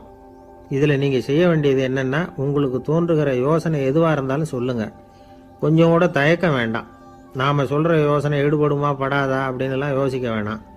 எல்லாருடைய யோசனைகளையும் அப்படியே பதிவு செய்துக்கிறோம். கடைசியாக அதிலேருந்து ஒரு சிறந்த யோசனையை தேர்வு பண்ணி அதை பயன்படுத்தலாம். இந்த சந்தர்ப்பத்தில் இன்னொரு முக்கியமான வேண்டுகோள், எவ்வளவு சாதாரணமான யோசனையாக இருந்தாலும் சரி, அது சொல்லும் பொழுது அடுத்தவங்க ஏளனம் செய்யக்கூடாது. இது ஒரு பெரிய யோசனையா அப்படின்னு சொல்லி எதையும் அலட்சியப்படுத்தக்கூடாது. இதுதான் அந்த கூட்டத்தின் ஆரம்பத்தில் செய்யப்பட்ட அறிவிப்பு. உடனே அந்த கூட்டத்தில் இருந்தவங்க ஆளுக்கு ஒரு யோசனை சொல்ல ஆரம்பித்தாங்க. ஒருத்தர் எழுந்திருச்சார், இங்கே வர்ற சுற்றுலா பயணிகள்கிட்ட ஆளுக்கு $10 ஒரு டெபாசிட் மாதிரி வைப்பு பணமாக வாங்கிக்கணும். காலி ஐஸ்கிரீம் கப்பை திருப்பி கொடுத்தா அந்த பணத்தை திருப்பி கொடுத்துடலாம். இப்படி ஒரு ஏற்பாடு பண்ணிக்கிட்டா கப்புகளை தேடி பொறுக்கிட்டு இருக்க வேண்டியதில்லை. எல்லாம் ஒரே இடத்துக்கு வந்து சேர்ந்துடும். அப்படியே நாம் தூக்கிட்டு போய் ஒரு இடத்துல கொட்டி போடலாம் அப்படின்னார்.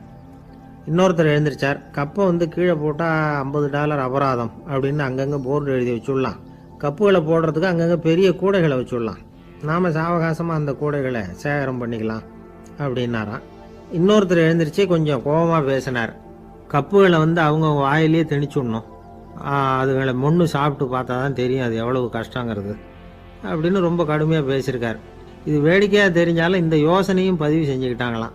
இப்படி பல யோசனைகள். கடைசியாக எல்லாத்தையும் படித்து பார்த்துட்டு பரிசீலனை பண்ணாங்க. அப்புறம் தான் யோசனை வந்தது. இவர் வேடிக்கையாக சொன்னது கப்புகளை அவங்கவுங்க வாயிலேயே திணிச்சு சாப்பிட சொல்லணும், அதுதான் தண்டனைன்னார்ல. ஏன் அப்படி சாப்பிட்றது மாதிரியே கப்புகளை தயார் பண்ண என்ன அப்படின்னு சிந்திக்க ஆரம்பித்தாங்களாம்.